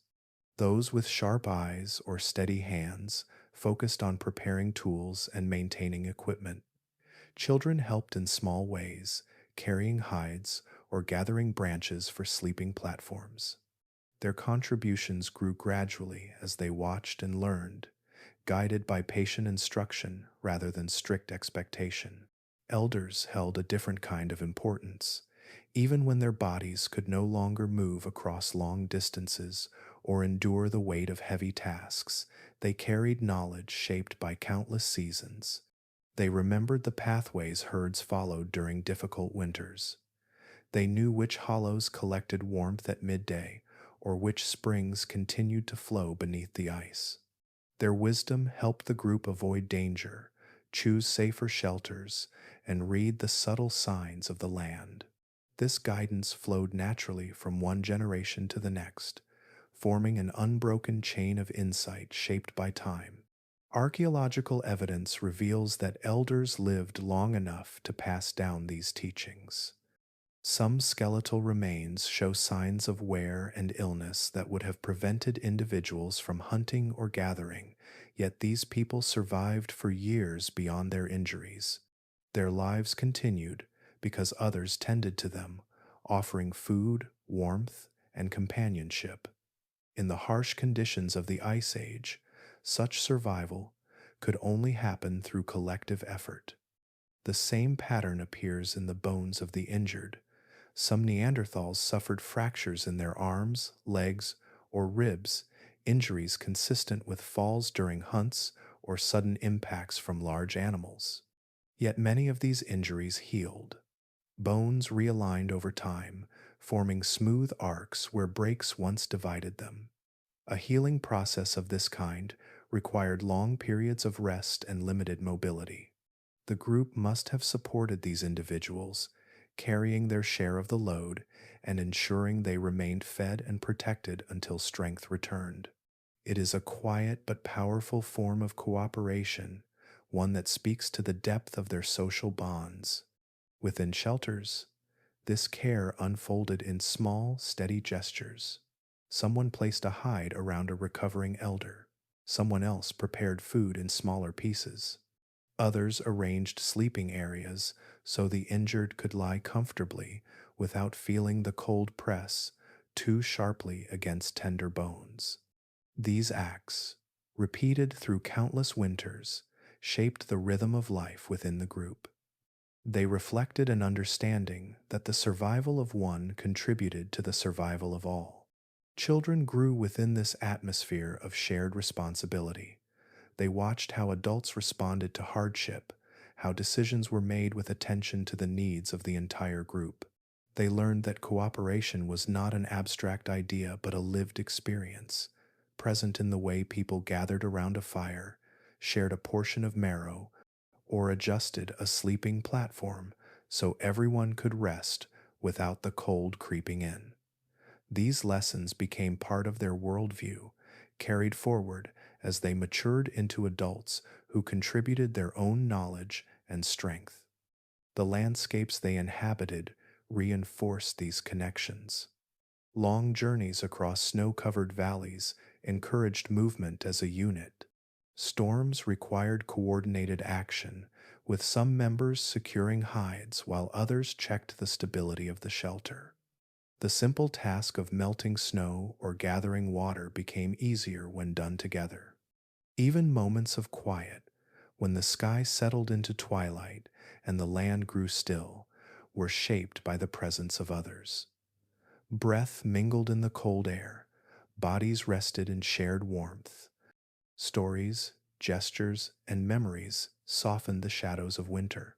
Through these networks of cooperation, Neanderthals created an environment where individuals could thrive in a world shaped by ice. The strength of the group allowed them to endure events that might have overwhelmed any single person. Their survival was not a solitary journey but a shared path, illuminated by small acts of kindness, collective effort, and the understanding that the cold could be faced more easily when warmth was created together. Life in the Ice Age unfolded beneath a sky shaped by long winters, shifting winds, and the steady rhythm of cold that pressed gently yet persistently into every part of daily existence. Neanderthals moved through this world with strength shaped over generations, but even the strongest bodies were tested by the weight of the land they inhabited.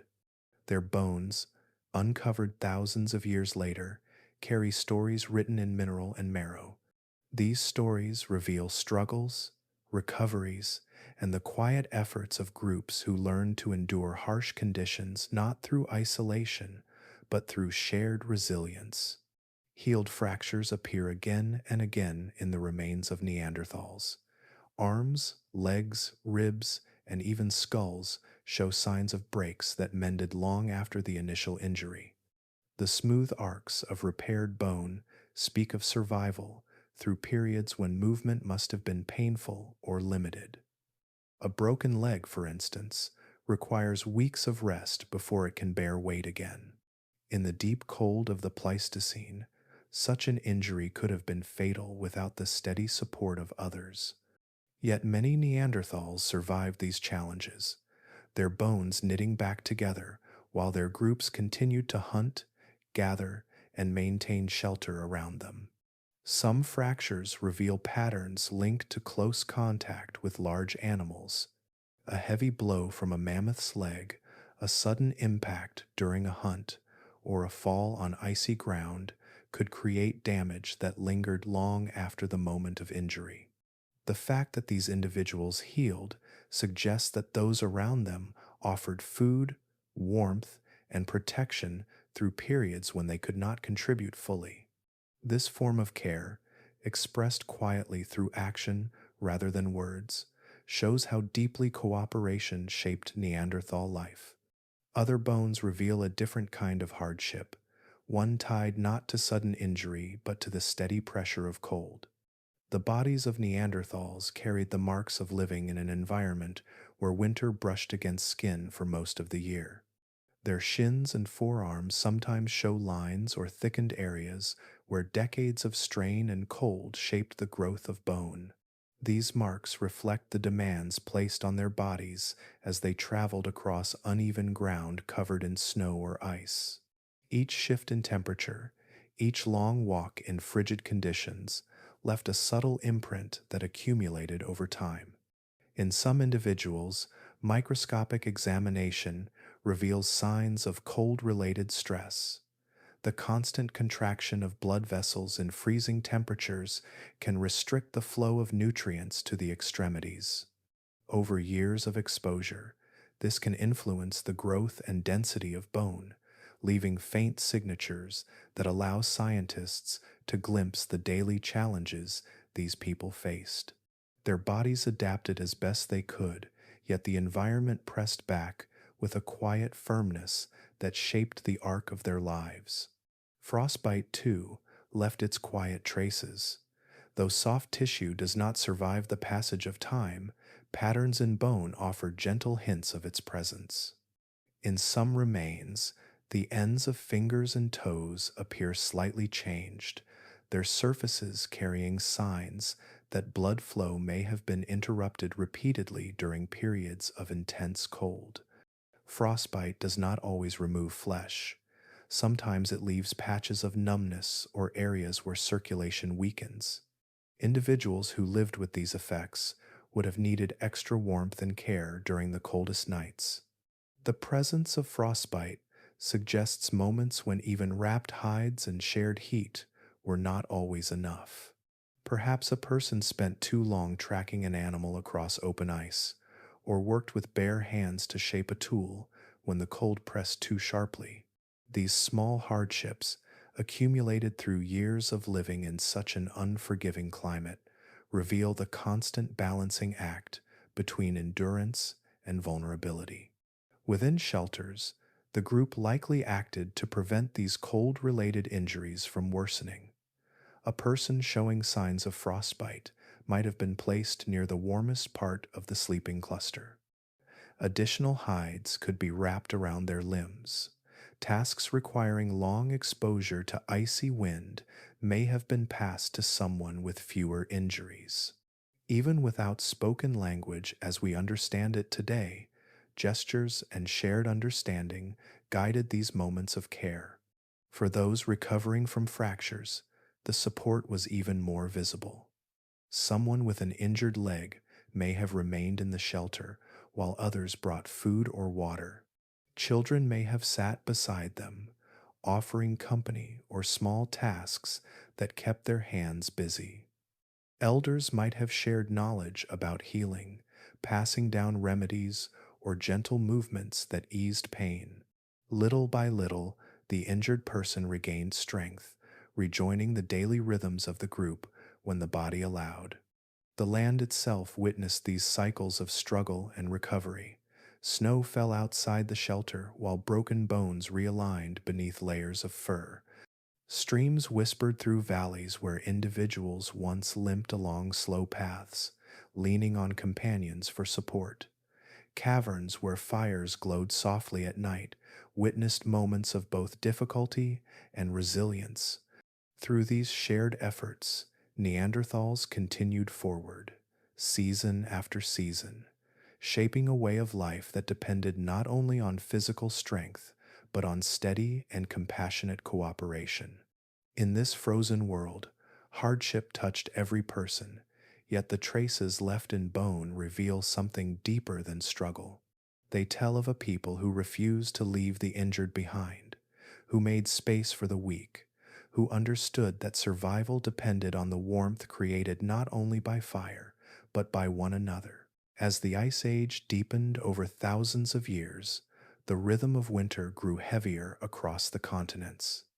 Neanderthals, who had already learned to live in a world shaped by cold and wind, began to face changes that unfolded slowly at first, then tightened with unmistakable force. Temperatures fell farther. Storms grew stronger. The great sheets of ice that once rested far to the north crept downward, spreading across plains, swallowing valleys, and reshaping the land with massive, quiet weight. During these long glacial maximums, the climate did not simply become colder, it compressed life into narrower spaces. Forests that once offered shelter and fuel thinned into scattered patches. Grasses disappeared beneath snow that lingered even in seasons that were meant to bring warmth. The regions where plants could grow shifted southward, and with them moved the great herds that had supported Neanderthal groups for countless generations. The land itself felt as if it were slowly exhaling, pulling its warmth inward and leaving the outer edges hardened by frost. This shrinking of habitable space placed new pressures on the people who lived in these regions. Places that once held families through entire winters began to feel exposed. Springs that had flowed steadily became buried under ice too thick to break.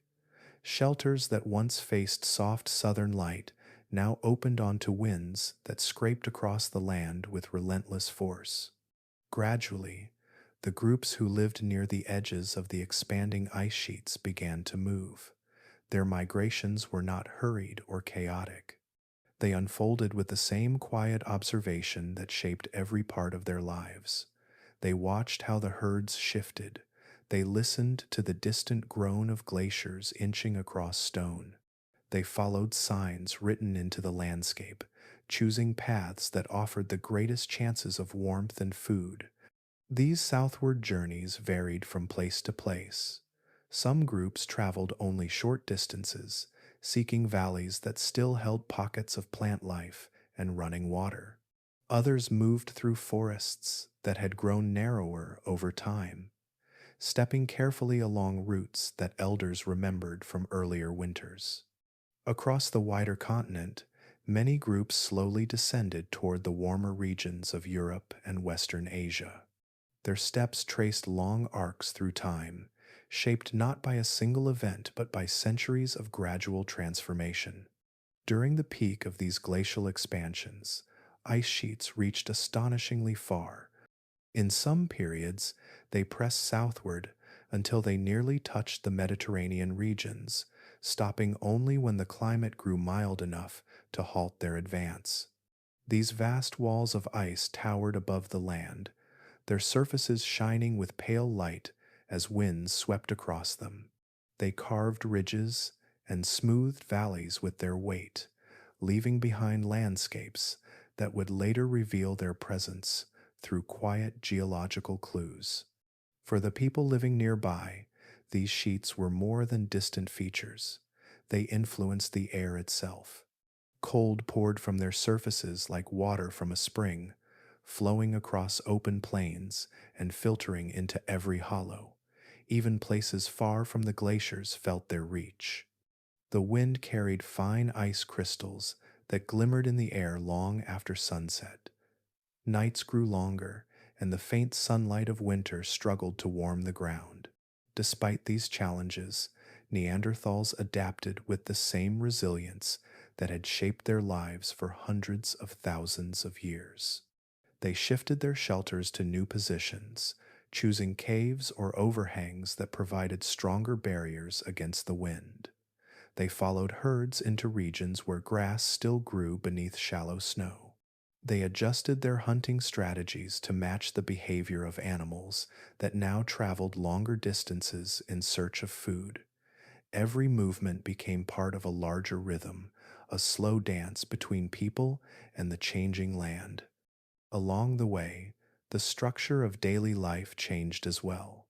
Groups became more aware of the seasons, reading the sky for signs of approaching storms or slight shifts in temperature. They traced the paths of rivers that remained unfrozen, recognizing them as lifelines in a world growing colder. They noted where sunlight lingered longest, where the ground held warmth, where the snow thinned just enough to reveal safe footing. These quiet observations allowed them to move through harsh conditions with a sense of continuity, carrying traditions and knowledge that stretched far back into their history. In some regions, groups encountered others who had migrated from different areas. These meetings left faint traces in the archaeological record, small hints of interaction shaped by shared need. A tool style appearing in a region where it had not existed before. A hearth circle built in a way that blended techniques from distant lands. These moments of convergence, though rare, reveal how movement during glacial maximums created subtle connections between communities. The shrinking habitats also influenced the materials available to them. Wood grew scarce in northern regions, forcing people to rely more on bone, stone, and hides for their daily needs. Plants that once contributed to their diet or tools became rare, leaving them to depend even more heavily on the meat and fat of the large animals that survived the cold. The land dictated what could be gathered, what could be carried, and what could be saved for the months ahead. Yet even as the ice pressed southward, pockets of life remained. Valleys sheltered from the wind supported small clusters of trees. River corridors stayed warmer than the plains around them. Coastal areas, where the sea moderated the temperature, held landscapes that felt almost gentle compared to the frozen interior. These places became refuges, steady grounds where Neanderthals could continue their lives until the climate shifted once again. Through all of this, the rhythm of movement, adaptation, and endurance continued. The glaciers advanced and retreated across vast spans of time, and the people who lived near them learned to adjust with each new change. Their footsteps carved soft pathways through snow, carrying with them the quiet knowledge that survival in this world was not found through resistance, but through understanding the land's patient transformations. And so, even at the height of the Ice Age, life persisted, guided by the same steady resilience that had shaped Neanderthal communities from the beginning. Through long seasons of cold, the glow of a fire offered more than warmth. It marked the center of daily life, the soft heart of a shelter where light gathered against the shadows.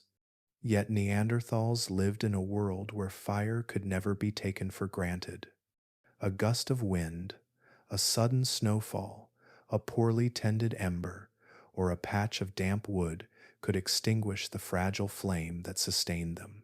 When this happened, the world shifted into a state of quiet urgency.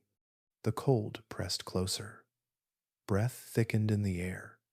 Every movement, every sound became a reminder that without fire, survival demanded new paths of ingenuity and calm persistence.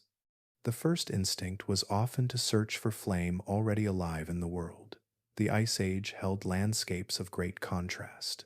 Forests, though sparse in many regions, still carried trees struck by lightning or weakened by storms. When such a tree fell, friction, dry bark, and broken branches could sometimes create slow burning patches that lingered long after the storm had passed. Neanderthals learned to read the land for these rare gifts. They understood the patterns of weather that caused trees to crack under ice, and they listened for the distant groan of branches snapping under wind pressure. A fallen tree with a glowing heart became a beacon. Smoke rising in thin threads could travel far in clear winter air. Groups moving across open ground sometimes spotted these faint signals against the horizon. The journey toward such a tree required care. Snow concealed hollows and patches of ice.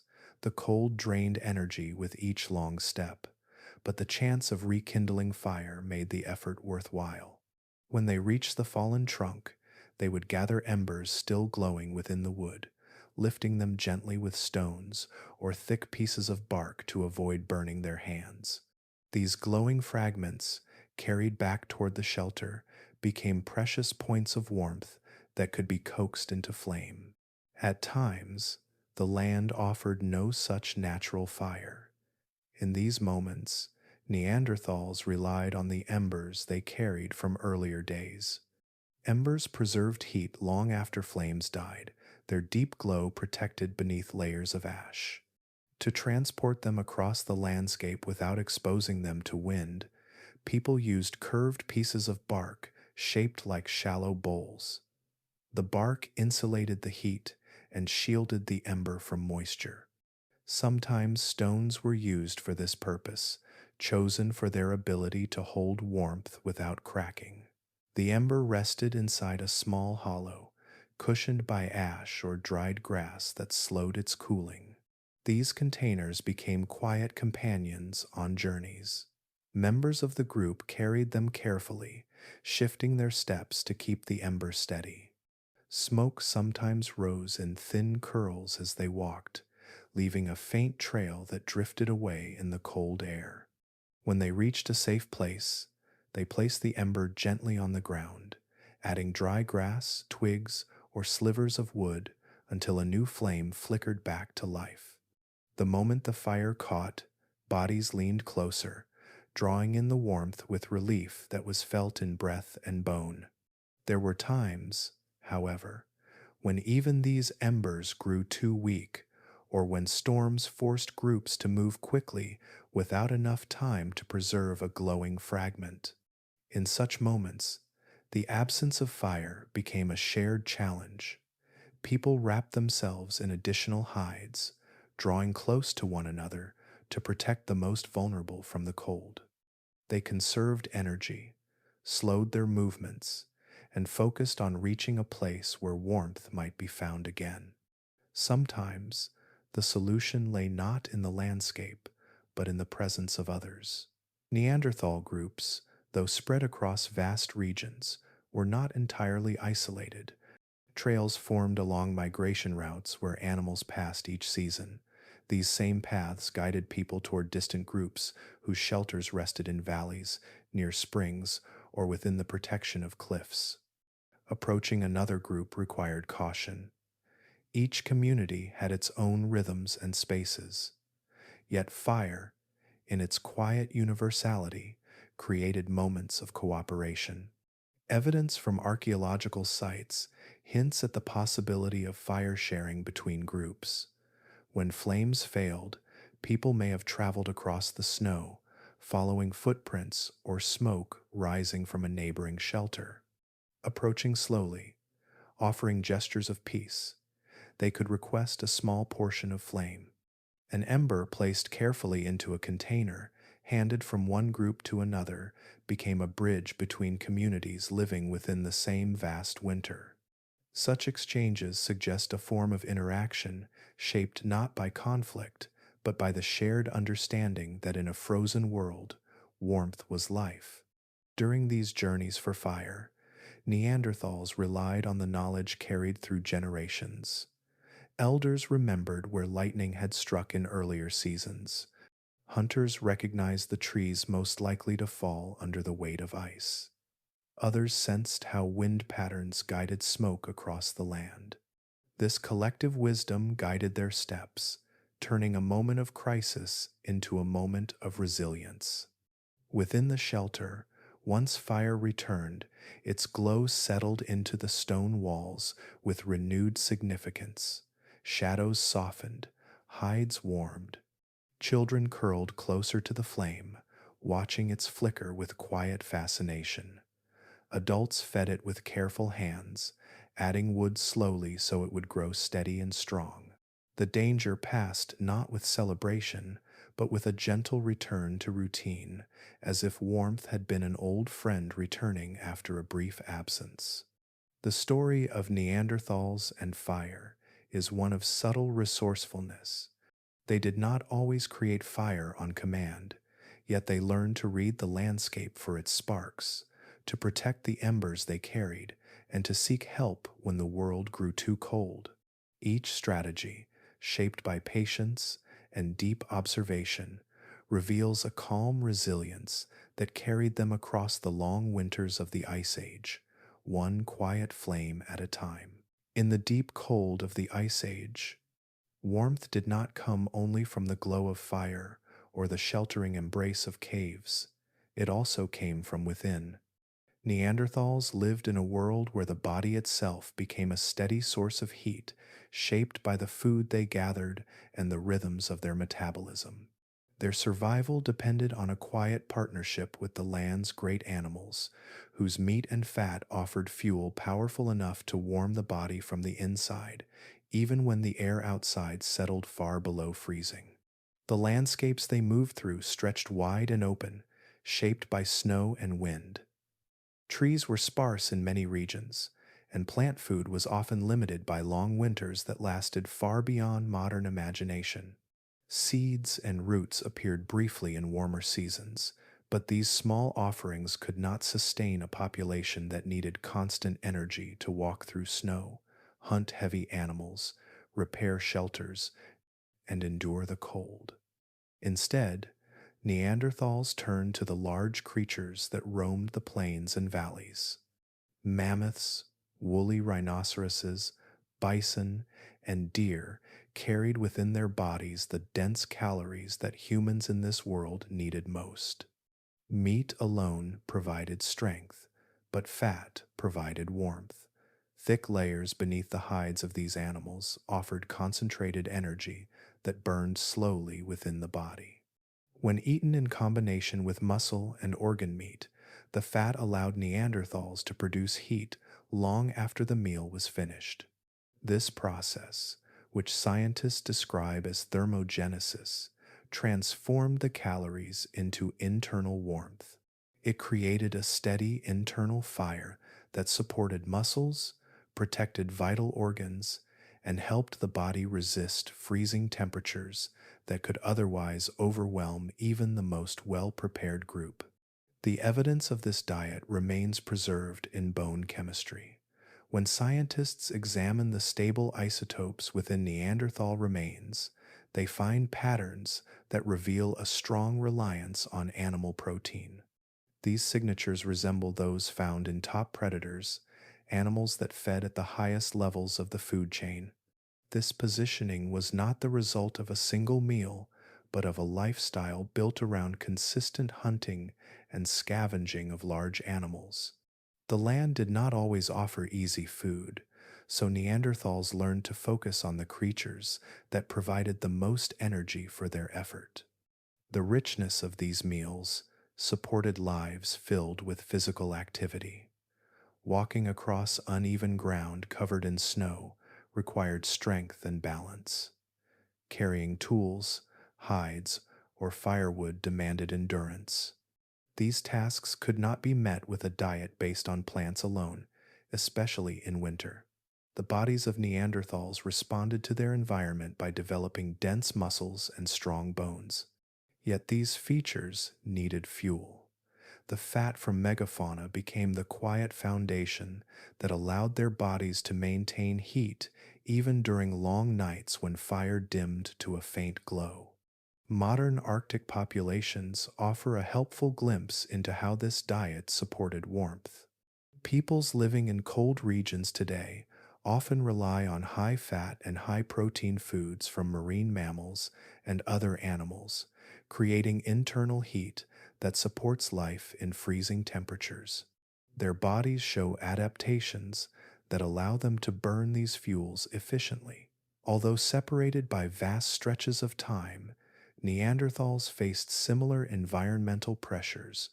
Their reliance on large, fatty animals likely shaped their own metabolism, guiding it toward efficiency in cold climates long before written history began.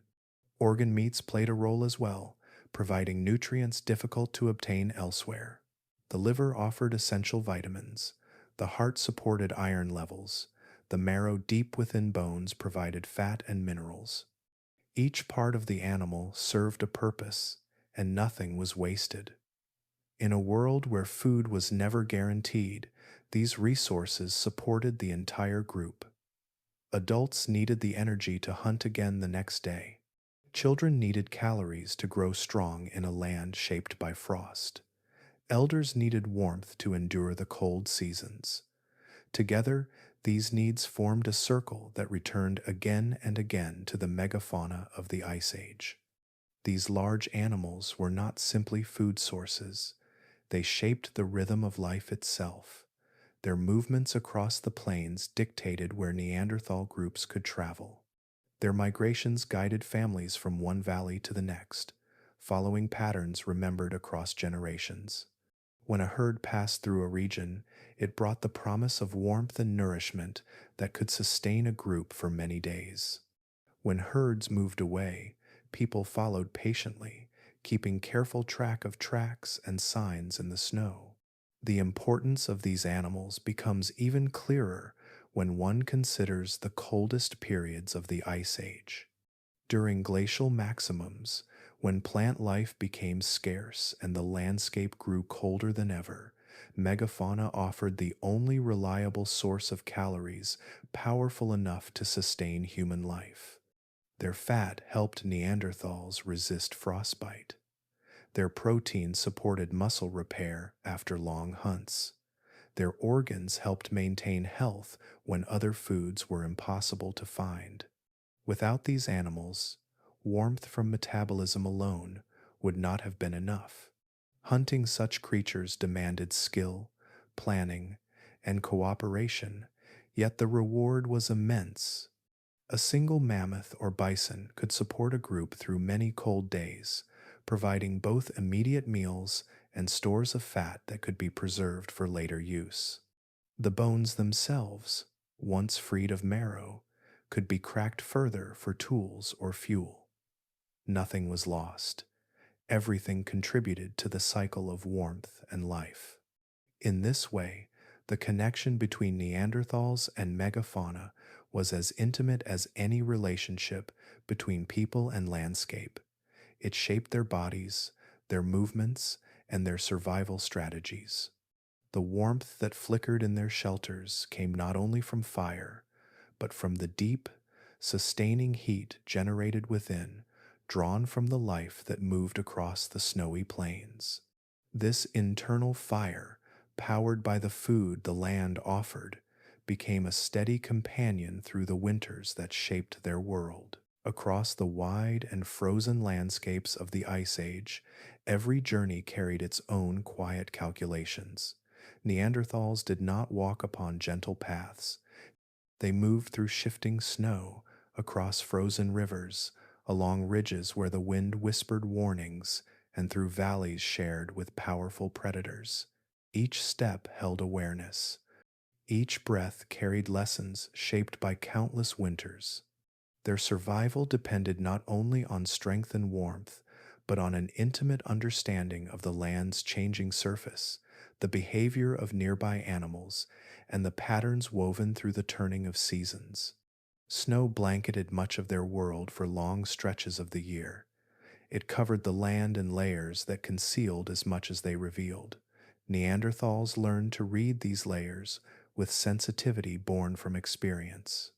Fresh snow had a softness that compressed easily underfoot. Older snow, settled by days of wind, became firm and could support more weight. Somewhere between these states lay hidden dangers, where crusts formed over pockets of loose powder. A single misstep could plunge a leg deep into the cold, slowing the journey and draining precious energy. The depth of snow carried clues. Thin coverings revealed the shapes of stones beneath, their outlines softened but still visible. Deeper layers hid these shapes entirely, creating smooth expanses that looked safe but concealed uneven ground. Neanderthals watched how snow gathered around the bases of trees or drifted in the lee of rock outcrops.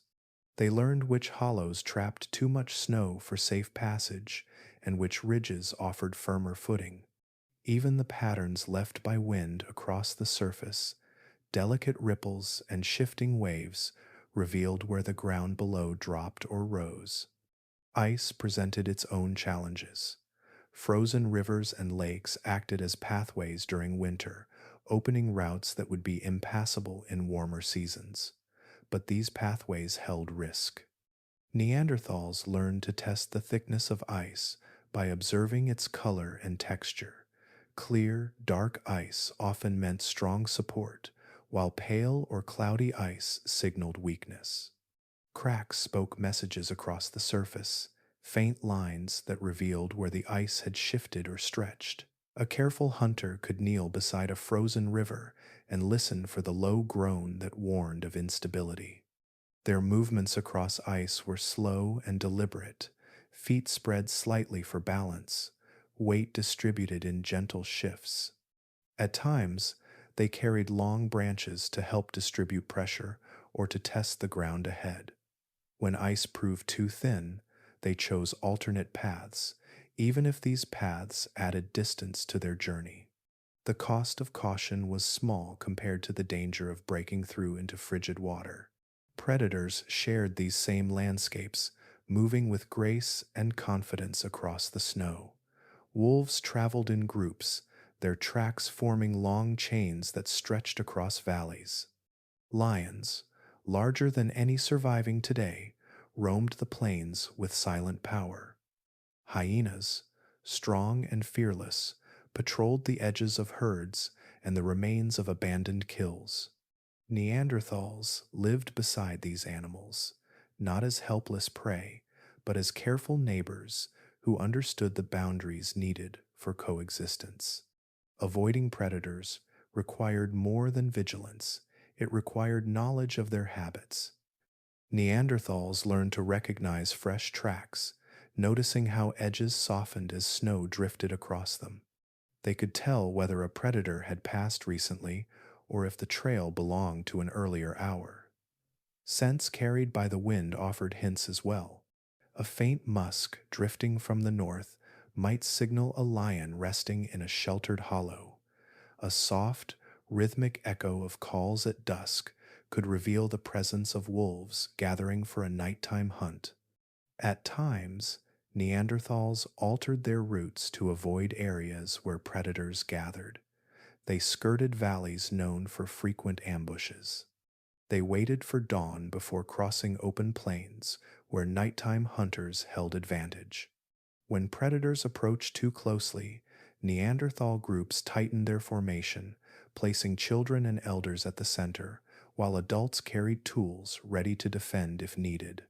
Most encounters ended without conflict, for predators too understood the risk of injury on frozen land. Seasonal changes shaped every decision.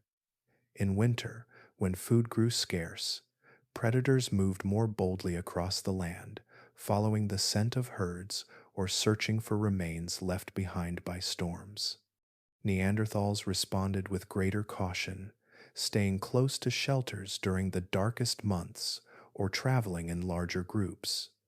In early spring, as sunlight grew softer and longer, the ice began to melt. Paths that had been smooth and reliable just weeks before became unpredictable. The rhythm of movement shifted once more, guided by the new conditions. Summer offered a different world. Snow retreated to the highest peaks, valleys opened with greenery, streams flowed freely, carving their way through soil softened by warmer winds. During these months, Neanderthals traveled more widely, gathering materials, hunting across broader ranges, and exploring regions inaccessible during winter. The presence of predators remained, but the landscape now provided more cover, more water, and more food for all who lived upon it. Autumn marked a time of preparation. As the air cooled and days shortened, Neanderthals began to trace the patterns they would follow in the coming winter. They observed how herds shifted southward. They noted which shelters held warmth longest. They read the early behavior of predators, watching how wolves began to gather in more disciplined formations, or how lions chose new resting grounds. These observations guided their movement through the months ahead. For Neanderthals, navigating ice, snow, and predators was not an occasional challenge. It was a constant part of living in a world shaped by cold and change. Their steps followed the land's quiet teachings, shaped by careful observation and a deep understanding of the delicate balance between danger and opportunity. Through this awareness, they moved safely across frozen rivers, through drifting snow, and alongside animals whose power matched their own. Their lives unfolded in gentle partnership with a landscape that, even in its harshest moments, offered paths for those who learned how to see them. Through uncounted winters, fire remained the most precious companion of Neanderthal life. Yet there were moments when its glow dimmed, or when storms swept across the land so fiercely that sparks could not take hold. In these times, warmth came from quieter sources, drawn not from flame but from the earth itself, from the bodies of animals, and from the simple ingenuity of people who had learned to read the frozen world with patient understanding. These alternative shelters of heat, shaped by instinct and experience, reveal another layer of survival that unfolded beneath the great winter sky. One of the gentlest sources of warmth lay hidden beneath the ground. The earth, even in deep cold, held a steady temperature below its surface. Neanderthals learned to use this natural insulation with quiet skill. In places where soil remained soft enough to shape, they dug shallow pits that could protect their bodies from the wind and the sharp chill of open air. These earth pits were not elaborate. They followed the curve of the body, hollowed into a shape that allowed a sleeper to curl comfortably within. The walls of packed soil held warmth close, preventing it from drifting away into the night. When lined with branches and covered with thick hides, these pits became pockets of shelter where the cold pressed less forcefully. A person resting inside could feel the difference in temperature almost immediately. The earth, slow to change and steady in its embrace, offered warmth that fire alone could not always provide. During nights when wind rushed across the surface of the land, these pits softened the intensity of the cold. Families sometimes prepared them together, smoothing the edges with their hands, arranging hides so that snow or frost would not seep through the layers. Not every place allowed such pits to be easily carved. In regions where frozen ground resisted digging, Neanderthals found warmth through other means. Animal skins, prepared earlier in the year, became more than simple garments. They turned into small shelters, arranged with care to create protected spaces within caves or under natural overhangs. Thick hides from bison, mammoths, or other large animals held heat so effectively that they could transform a cold corner of a shelter into a warm resting place. These hides were layered like soft walls. Some were wrapped around stone supports or draped over fallen logs. Others were stretched across branches to create low coverings that trapped rising body heat. Inside these spaces, the air remained noticeably warmer, especially when several people gathered together. Breath formed gentle clouds that drifted upward and collected in the folds of hide. The temperature difference between the world outside and the world within these makeshift shelters could feel like the difference between deep winter and early spring. The hides themselves also carried their own warmth. Fat residuals within the fur acted as natural insulation. The softness of the skin created a barrier that kept the cold at a distance. When the wind howled outside, these layered shelters turned its voice into a muffled whisper, allowing rest to settle into the bones of those within. Children often slept closest to the thickest hides, resting within these pockets of comfort, while adults arranged themselves around the edges as additional insulation. In the most challenging conditions, when fire had vanished entirely and no shelter could be improved quickly enough, Neanderthals relied on warmth drawn directly from the bodies of the animals they hunted.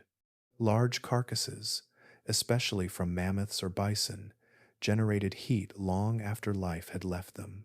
Fresh kills radiated warmth through their thick hides and deep layers of muscle. During fierce storms or emergencies far from shelter, hunters sometimes used this warmth as a temporary refuge.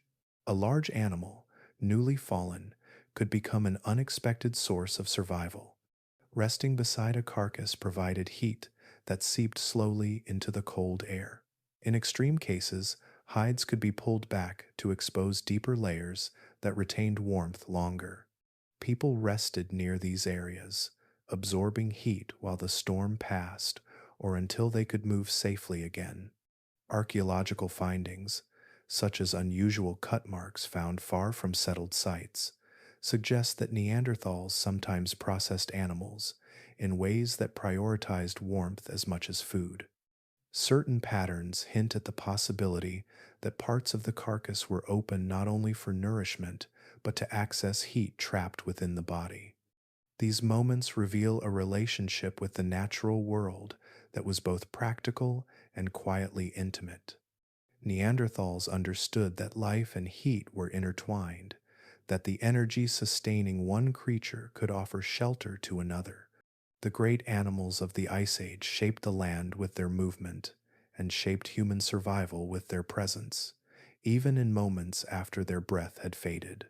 All these alternative methods of warmth, from earth pits to hide shelters to the lingering heat of large animals, formed a delicate network of solutions that carried Neanderthals through the coldest days. Fire remained their most treasured tool, but its absence did not leave them helpless. Instead, it encouraged creativity rooted deeply in the rhythms of the land. Each technique reflected a quiet intelligence, the kind shaped not by sudden innovation, but by generations of observation. People learned how the earth behaved in winter.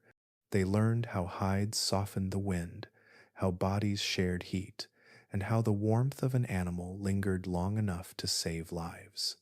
These lessons became part of their daily movements, guiding them through storms and across frozen plains. In these gentle strategies, warmth arrived from many places, each one woven into the quiet story of life in a world ruled by cold. Across the cold continents where Neanderthals walked, archaeologists have uncovered places that carry the traces of their presence, but none of the marks we usually expect. These are quiet sites, stripped of ash and charcoal, where no burned bone lies scattered among the stones. At first glance, they seem incomplete, as if a chapter has been opened without its central scene.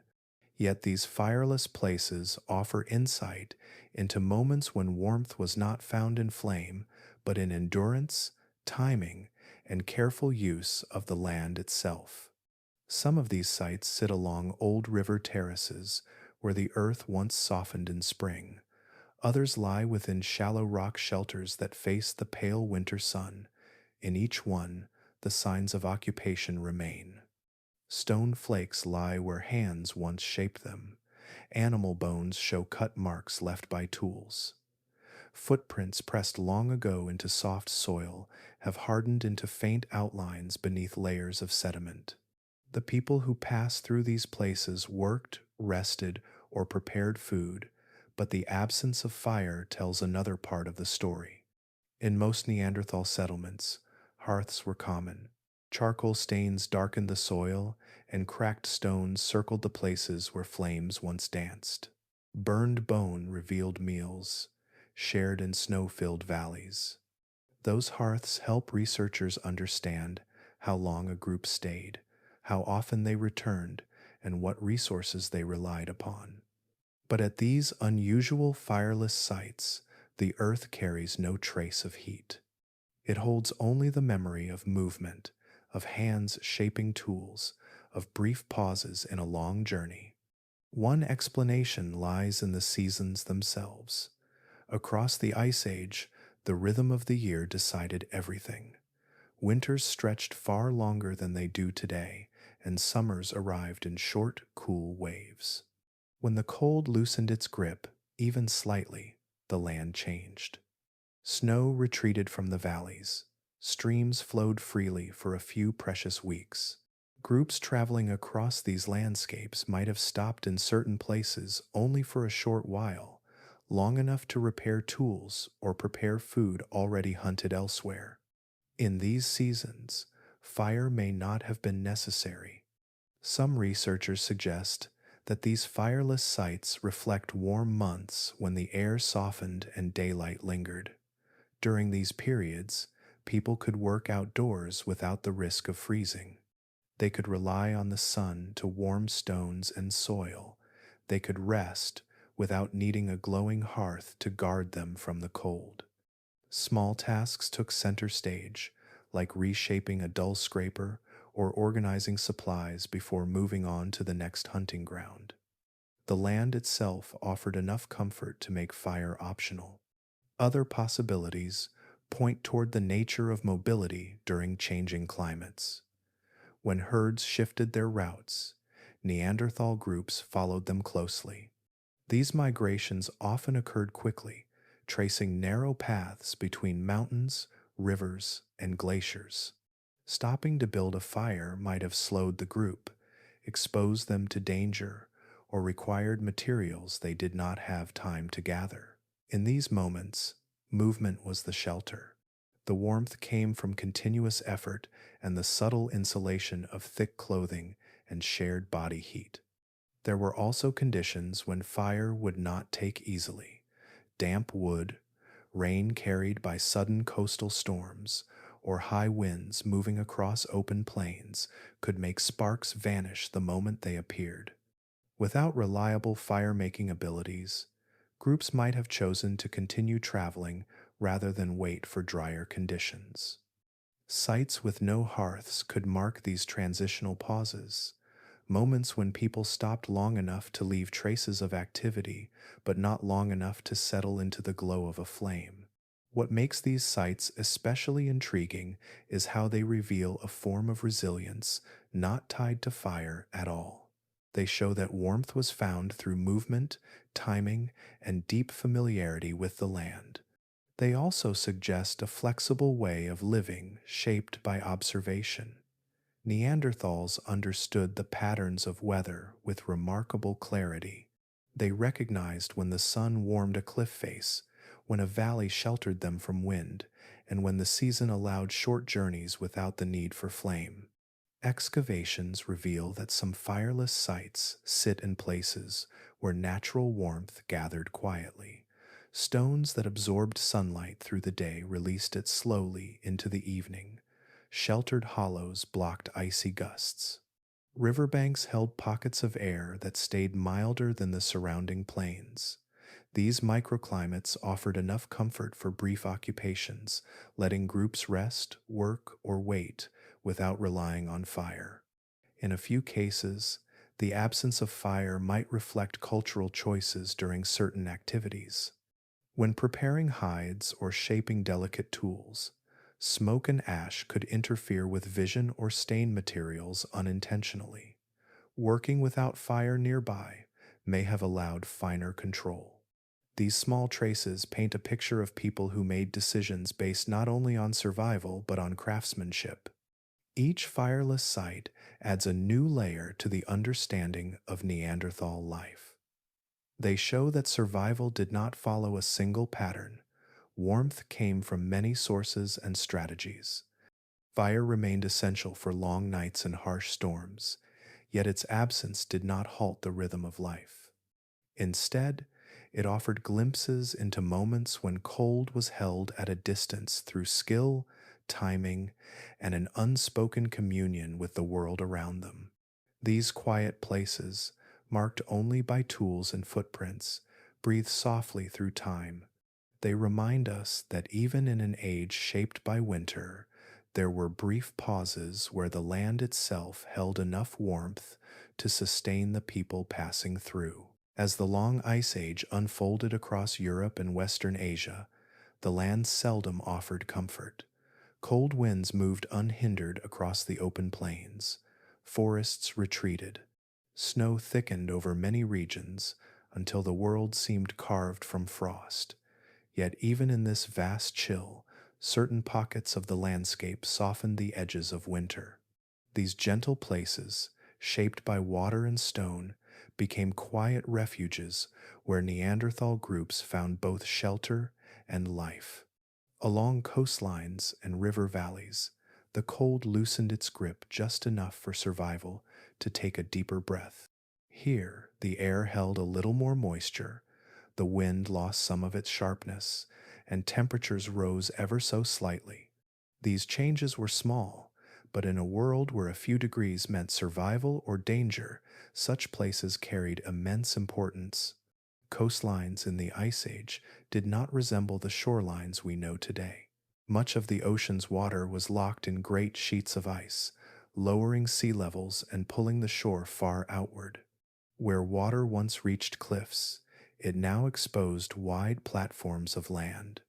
Some plains stretched for many kilometers before touching the distant waves. These new landscapes, shaped by tides and shifting sands, formed gentle slopes where Neanderthals moved with steady familiarity. Along these shores, winds from the ocean moderated the freezing air. They arrived cool and damp rather than cutting and dry. Snow behaved differently here, melting sooner in spring and lingering in softer layers during winter. The earth beneath held warmth a little longer. Driftwood washed ashore, worn smooth by water and wind, offering material for tools or fuel when the group was fortunate enough to find it dry. River valleys carried similar gifts. Flowing water carved channels through frozen ground, creating natural corridors that stayed open even when the surrounding land grew silent with frost. Springs fed these rivers from deep within the earth, their warmth rising from hidden layers of stone. These springs kept sections of the water free of ice throughout the year. The movement of water created small fogs that softened the morning air, and the banks, though cold, held pockets where life gathered in delicate patterns. These places formed natural pathways for Neanderthals, guiding them through the landscape like quiet roads across the continent. Herds followed these routes, and people followed the herds. But along these paths, something else awaited, something not found on the high plains or deep plateaus. Even in the darkest months, coastlines and riverbanks offered food that did not flee or travel with the seasons. Fish swam beneath ice-edged waters, their movements steady and predictable. Shellfish clung to rocks along the shore, sheltered from storms by their hard coverings. In winter, when other resources grew scarce, these small but dependable sources of energy became essential. The people knew where to find them, returning to certain coves or river bends with practiced ease. Archaeological evidence reveals these patterns. At some coastal sites, the soil holds fragments of broken shells, scattered across layers of occupation. These shells tell of hands prying them open, of shared meals beneath muted skies, of warmth drawn from nourishment that did not depend on successful hunts. Fish bones appear among stones darkened by time, marking places where groups cleaned their catch or prepared it for later. Some river valleys show traces of repeated visits. Sediment layers reveal footprints pressed into soft mud long ago. Tools shaped beside the water rest where they were left, speaking softly of moments spent in the calm of moving streams. Cut marks on the bones of freshwater fish show that Neanderthals relied upon these creatures in seasons when land animals grew scarce or difficult to track. In these regions, groups organized their movements around the landscape's quiet generosity. They traveled through valleys that remained open even when snow piled high on the surrounding plateau. They lingered near coastlines where tidal pools uncovered food with each cycle of the moon. These microclimates shaped not only survival but also the rhythm of daily life. Children could learn near the safety of these places, gathering small shellfish with patient hands or watching currents shift beneath thin layers of ice. The warmth of these environments, though slight, touched every part of their existence. Plants grew earlier here. Grasses pushed through the soil in spring, attracting small animals that in turn attracted larger predators. Neanderthals understood these patterns deeply, using them to decide when to travel, when to rest, and when to gather resources that might sustain them far inland during harsher months. Even the sounds of these places offered comfort. The crash of waves against rock or the murmur of a river moving beneath thin ice brought a sense of predictability in a world that changed with every season. These sounds guided navigation and provided reassurance that water, warmth, and food lay within reach. The coastlines and river valleys became among the most important anchors in the Ice Age world. They held both subtle warmth and steady nourishment. They shaped migrations and influenced tool making. They served as meeting grounds for extended groups, where knowledge could pass between generations more easily than in remote, wind scoured plains. These landscapes, shaped by water and time, gave Neanderthals a chance to breathe through the cold. They softened their journeys, supported their families, and offered moments where life could settle into a gentler rhythm beneath the pale sky. Long before the great ice sheets reached their fullest spread, Europe held a different face. The land still felt the rhythm of cold and warmth, but the pattern breathed more gently. Between the long stretches of winter, there were ages when the climate eased and the world opened into forests, grasslands, and wide river valleys that carried new life across the continent. These interglacial periods unfolded slowly, allowing whole ecosystems to reshape themselves while Neanderthal groups moved through them with a familiarity woven across generations. In these warmer intervals, forests extended over regions that would later lie bare beneath frost. Oak, birch, and pine grew in soft layers of green, their canopies filtering light that drifted in pale sheets across the ground. The air carried scents of damp soil, crushed leaves, and the warmth of growing things. Small animals rustled through the undergrowth, and larger ones wandered through the shadows. These forests did not remain forever. They shifted with each climatic swing, expanding and retreating like great living tides. But while they thrived, they created pockets of abundance. Neanderthals moved through these wooded landscapes with quiet precision. They knew the trails carved by deer herds and the seasonal habits of grazing animals that depended on young shoots and soft leaves. They learned where fruiting shrubs grew and which roots could be gathered when the earth softened. Although their diet always leaned heavily on meat, the presence of forests allowed them to follow diverse food sources. The shade also offered protection during warmer months, shielding their bodies from heat that could otherwise strain them during long hunts. These woodlands also provided material for tools and shelters. Branches, when shaped and sharpened, became spear shafts. Bark could be stripped, softened, and used to carry embers or wrap items safely. Fallen logs created natural seating areas or simple windbreaks near temporary camps. The forests themselves shaped the sounds of daily life. Bird calls echoed from canopy to ground, and the soft rustle of leaves marked the movement of entire groups through the landscape. These details held practical value.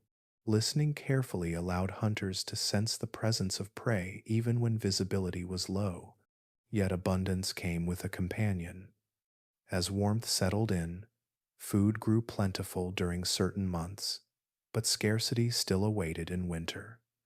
The seasons split the land into clear contrasts. During spring and summer, animals grew fat on rich vegetation, rivers brimmed with fish, plants sprouted along waterways. Families could move more freely, rest longer near shaded groves, and gather what they needed with less urgency. But as autumn deepened, the world changed. Leaves dropped in gentle spirals, water levels shifted. Herds began their broad migrations across the plains. The cycle brought both bounty and challenge. Neanderthals learned to read these patterns so closely that their survival strategy became a dance with the changing land. When the forests offered food easily, they took advantage of it. gathering resources and preparing themselves for the year's colder half. When scarcity returned, they followed the herds or sought refuge in sheltered valleys where the last traces of warmth lingered. Their knowledge of terrain grew like a map held in memory, shaped by journeys repeated across generations. One of the most remarkable features of this shifting landscape was the way forests, grasslands, and open plains mingled with one another. A person could walk from deep shade into wide, windswept clearings within a short distance. These transitions offered varied environments that supported different kinds of game. Large animals roamed the grasslands, while smaller deer and boar remained closer to wooded edges. By moving fluidly through these zones, Neanderthals could adjust their hunting strategies as the land changed beneath their feet. Seasonal rivers added another layer to this dynamic. In times of warmth, water flowed more freely, uncovering sandbars, wetlands, and shallow pools. These areas attracted animals seeking to drink or cool themselves. Neanderthals followed these pathways as well, using them to navigate and to find consistent food sources. When colder years approached, some rivers thinned but did not vanish entirely. Springs that had fed them for centuries continued their steady work, keeping small sections of land open for life. Forests also offered protection from predators. While Neanderthals shared the land with powerful carnivores, wooded areas provided escape routes and opportunities for concealment. Light filtering through branches created shifting patterns that made it easier to blend into the background. These natural advantages helped hunters approach prey more closely or helped families move safely through areas where larger predators might be active. As climate cycles grew more intense and cold phases returned, the landscape transformed again. Forests shrank, retreating southward. Grasslands spread across wide zones, creating open plains where wind moved freely across frost-hardened soil. Neanderthals adapted just as smoothly to these new conditions. They followed the shifting edges of forest and field, using their deep environmental memory to adjust hunting routes, sheltering strategies, and seasonal travel paths. The lost landscape of pre-glacial Europe, with its breathing forests and flowing waters, offered a world richer in warmth than the one that would soon arrive. Yet it shaped Neanderthal life with equal significance. It taught them how to watch the land closely, how to understand the timing of animal movements, and how to use every change in climate to their advantage. Through these shifting terrains, they carried not only their tools and shelters, but also a knowledge passed quietly through time, a way of moving with the earth rather than against it. Each transition from abundance to scarcity became part of their story. The land guided their steps and invited them to explore its many faces, long before the ice sheets advanced again and reshaped the continent into a harsher world. Across the long sweep of Ice Age nights, Neanderthals lived in a world where cold shaped not only their bodies and movements, but also the quiet spaces of the mind. The land pressed its silence into every season, and the darkness stretched across winter like a heavy cloth laid gently over all things. This darkness did not simply dim the world, it slowed it, it softened sound, it drifted into the rhythms of life until each day felt wrapped in a hush that lingered without end. Within this deep stillness, Neanderthals carried a kind of endurance that touched far more than muscle or bone. In high latitudes, winter hours grew so long that morning light sometimes felt like a distant memory. Days unfolded in muted tones, lit by a sun that barely skimmed the horizon. Nights arrived early and stayed with a patience that could test any creature that depended on warmth and sight. For Neanderthals, this darkness was part of their world from the beginning. It shaped how they moved, when they hunted, and how they organized their shelters.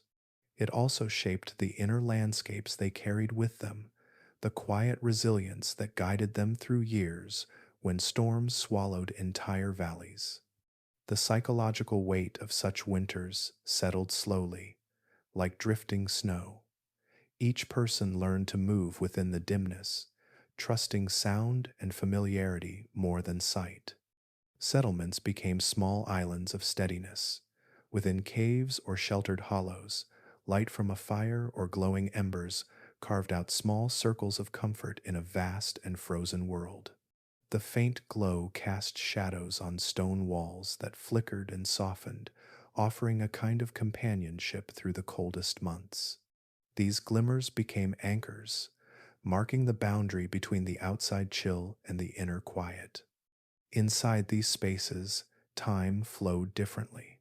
The pace of daily life slowed as storms sealed entrances, with drifting snow or layered the world in ice.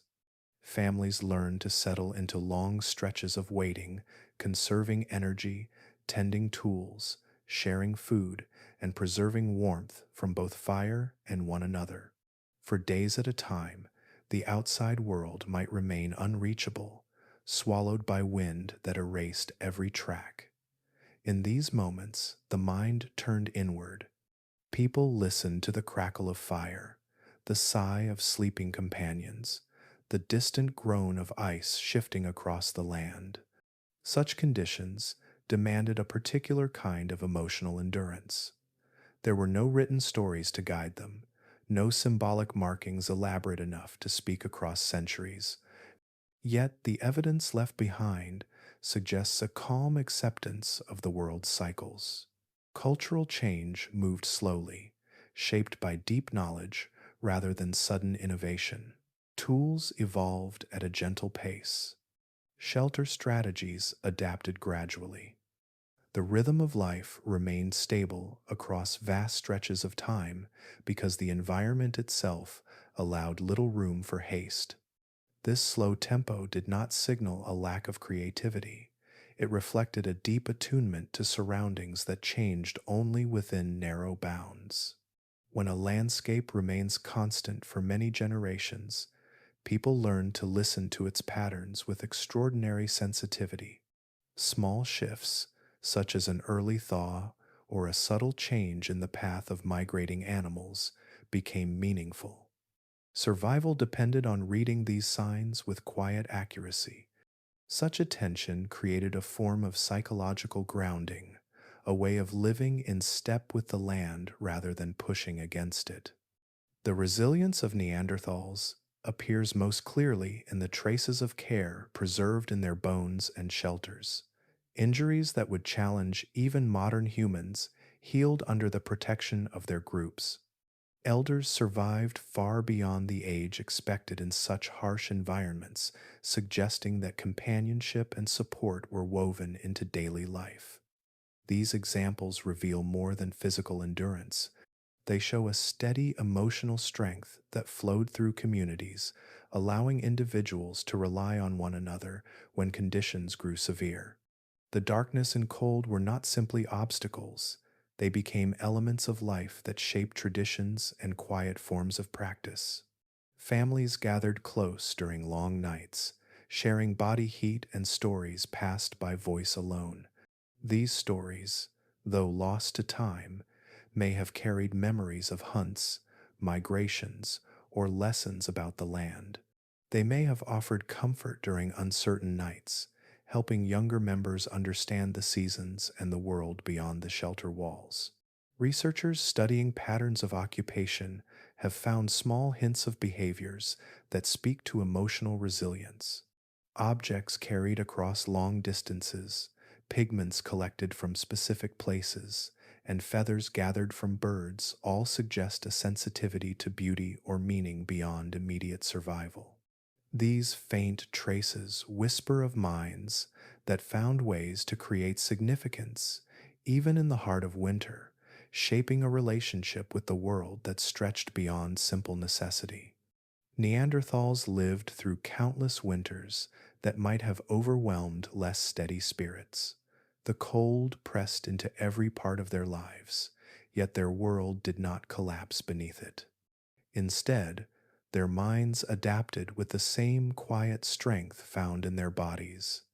They endured seasons when darkness lasted longer than memory, when wind carved its presence into stone, and when silence filled the spaces between each breath.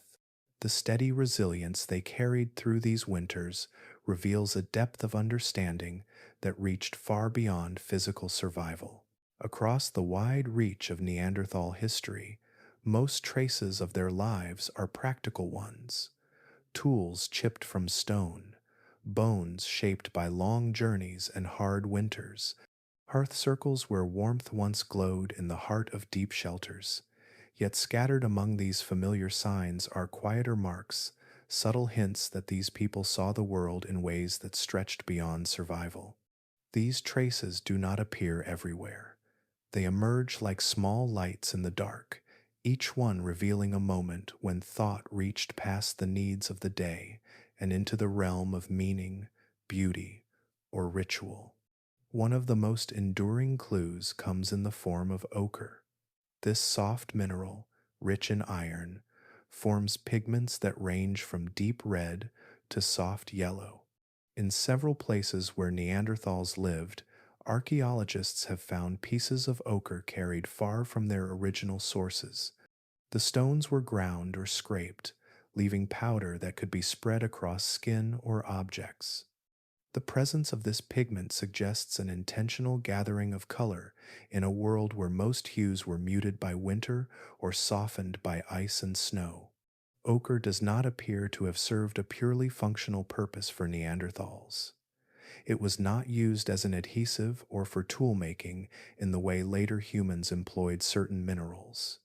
Instead, its presence hints at something more symbolic. A small stone stained with red could have been used to mark the body or decorate a hide.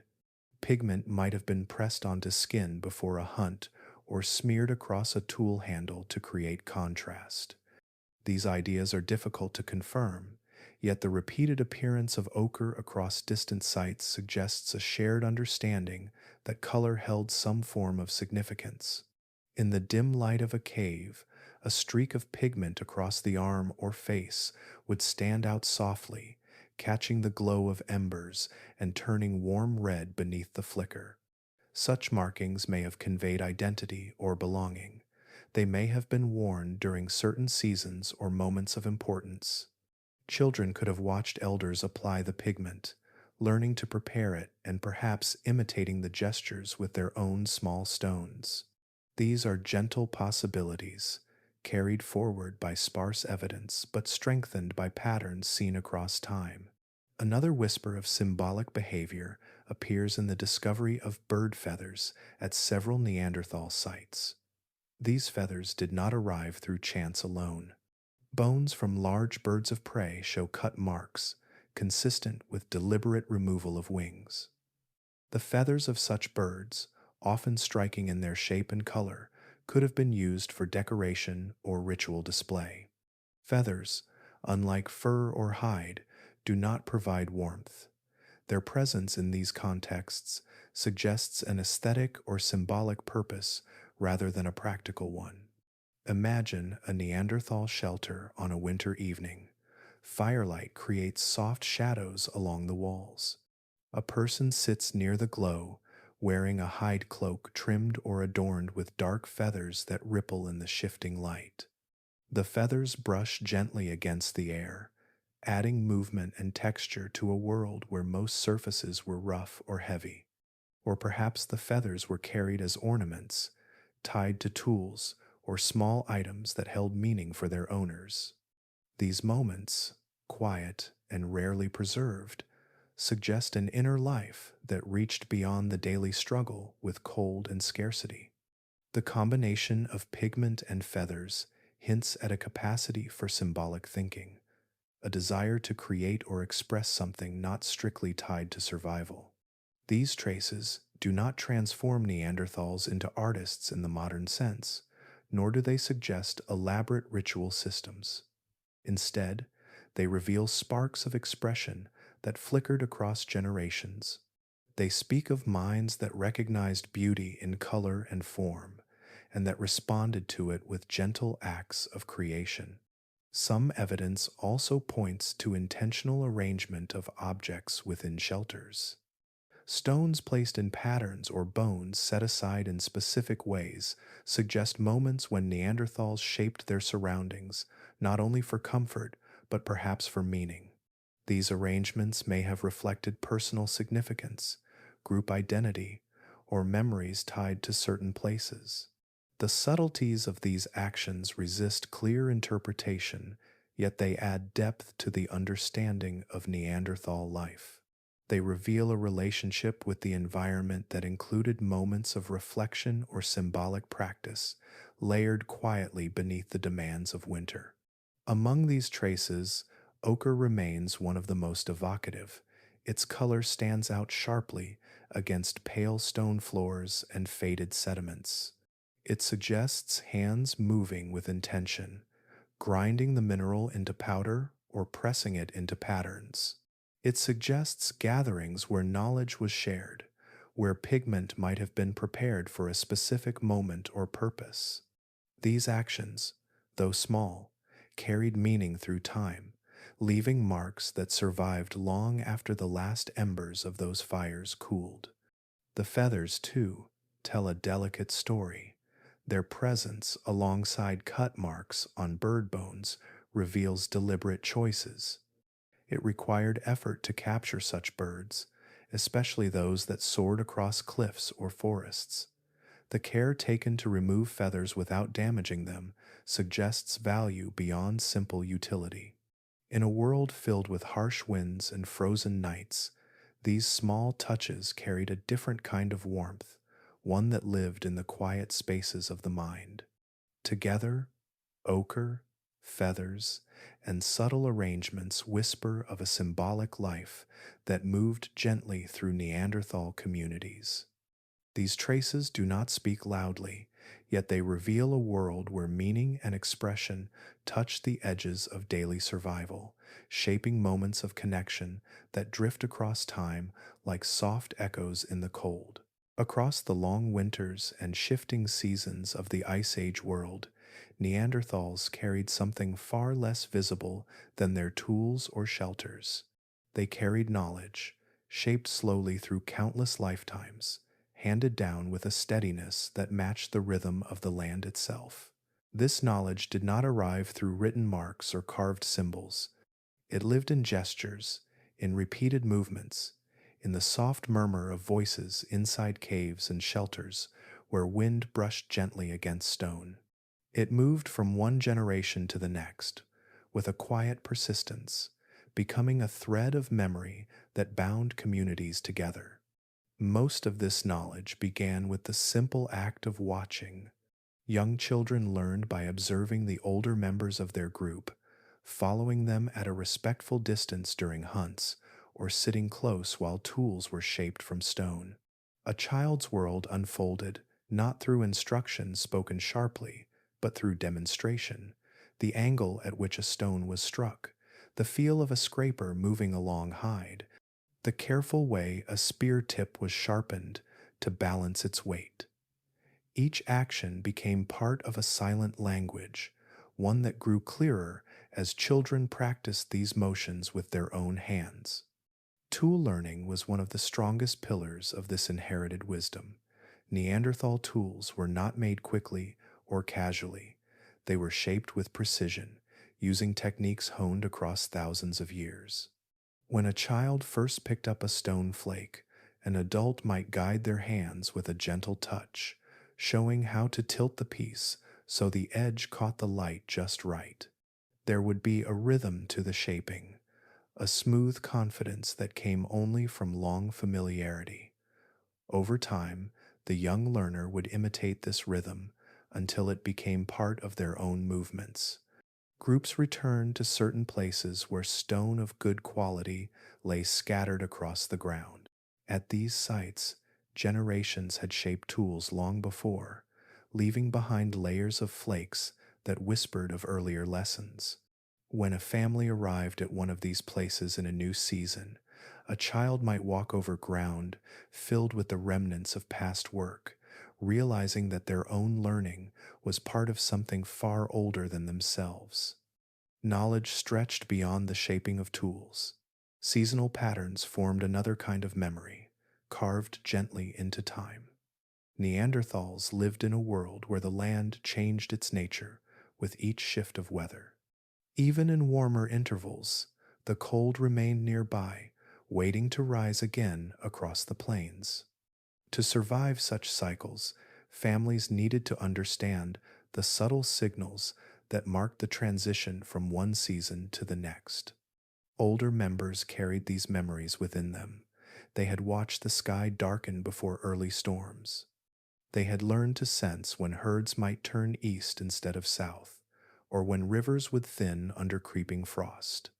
They remembered which valleys warmed first in spring, which slopes caught morning sunlight, and which shelters held steady warmth even in the deepest cold.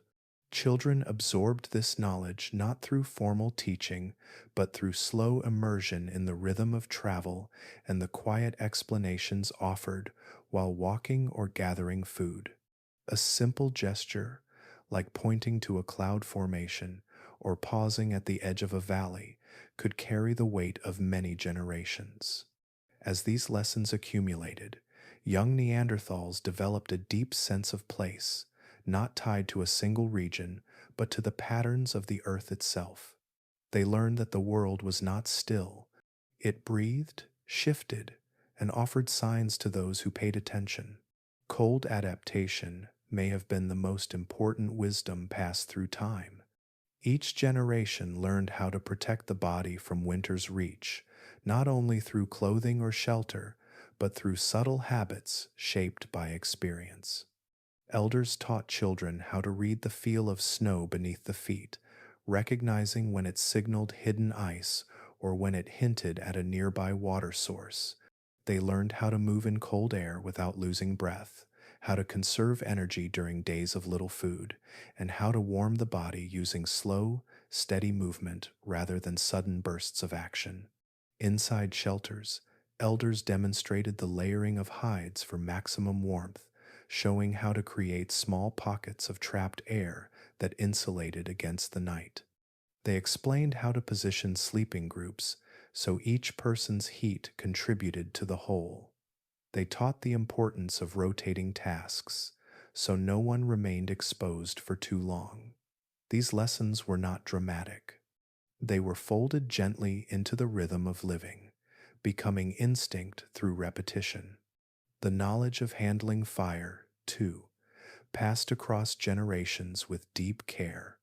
Children were taught how to tend embers, how to protect the glow from wind, and how to transport warmth across long distances without letting it fade. These skills were essential, and their transmission formed a core part of community life.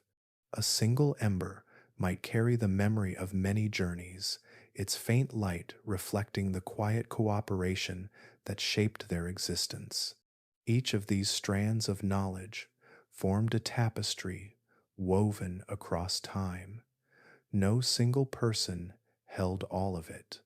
Instead, it lived in the shared actions of the group, passed through touch, through observation, and through moments spent together beneath the wide Ice Age sky.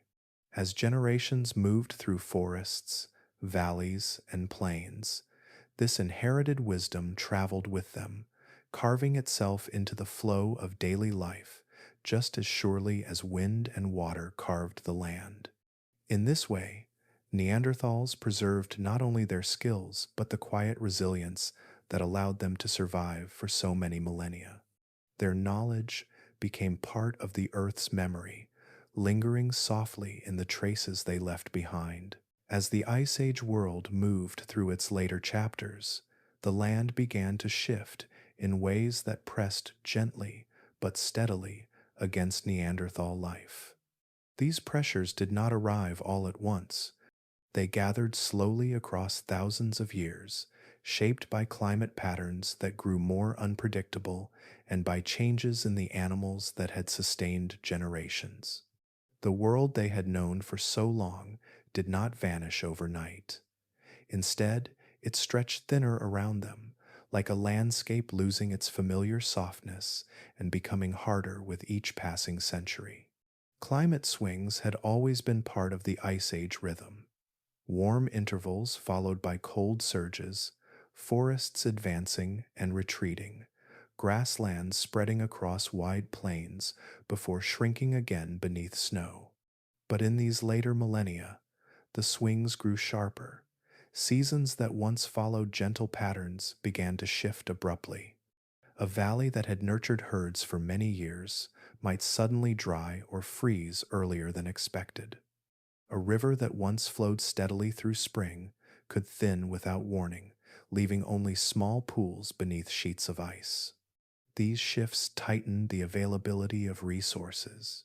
Animals moved unpredictably, following food that no longer grew in regular cycles. Plants that once offered seasonal nourishment appeared at different times or in fewer places. The land seemed to change its language, and Neanderthal groups had to listen with even greater care to understand where life would gather next. Families that had relied on specific hunting grounds for generations found themselves adjusting their paths, stretching their journeys a little farther with each passing decade. Alongside these climate pressures came another challenge, one woven into the shared world of Ice Age predators. Neanderthals had long lived among creatures that hunted with force and precision. Cave lions prowled the edges of forests. Hyenas moved in coordinated groups. Wolves tracked herds across vast distances with a patience that matched the season's slow pace. These animals had always been part of the landscape, sometimes competitors, sometimes quiet companions in the hunt. Yet, as resources tightened, competition sharpened. Predators followed the same diminishing herds that Neanderthals relied upon, and encounters became more frequent. A group of hunters might track a wounded animal only to find hyenas circling it first. A cave that once offered shelter might already hold a lioness and her cubs. These moments required caution, strength, and sometimes retreat. They also demanded a resilience shaped by centuries of shared territory. There were times when the remains of a large animal told the story of competition clearly. Cut marks from stone tools overlapped with tooth marks from predators. The sequence of feedings revealed a delicate balance, with Neanderthals claiming what they could before larger carnivores arrived to strip the bones.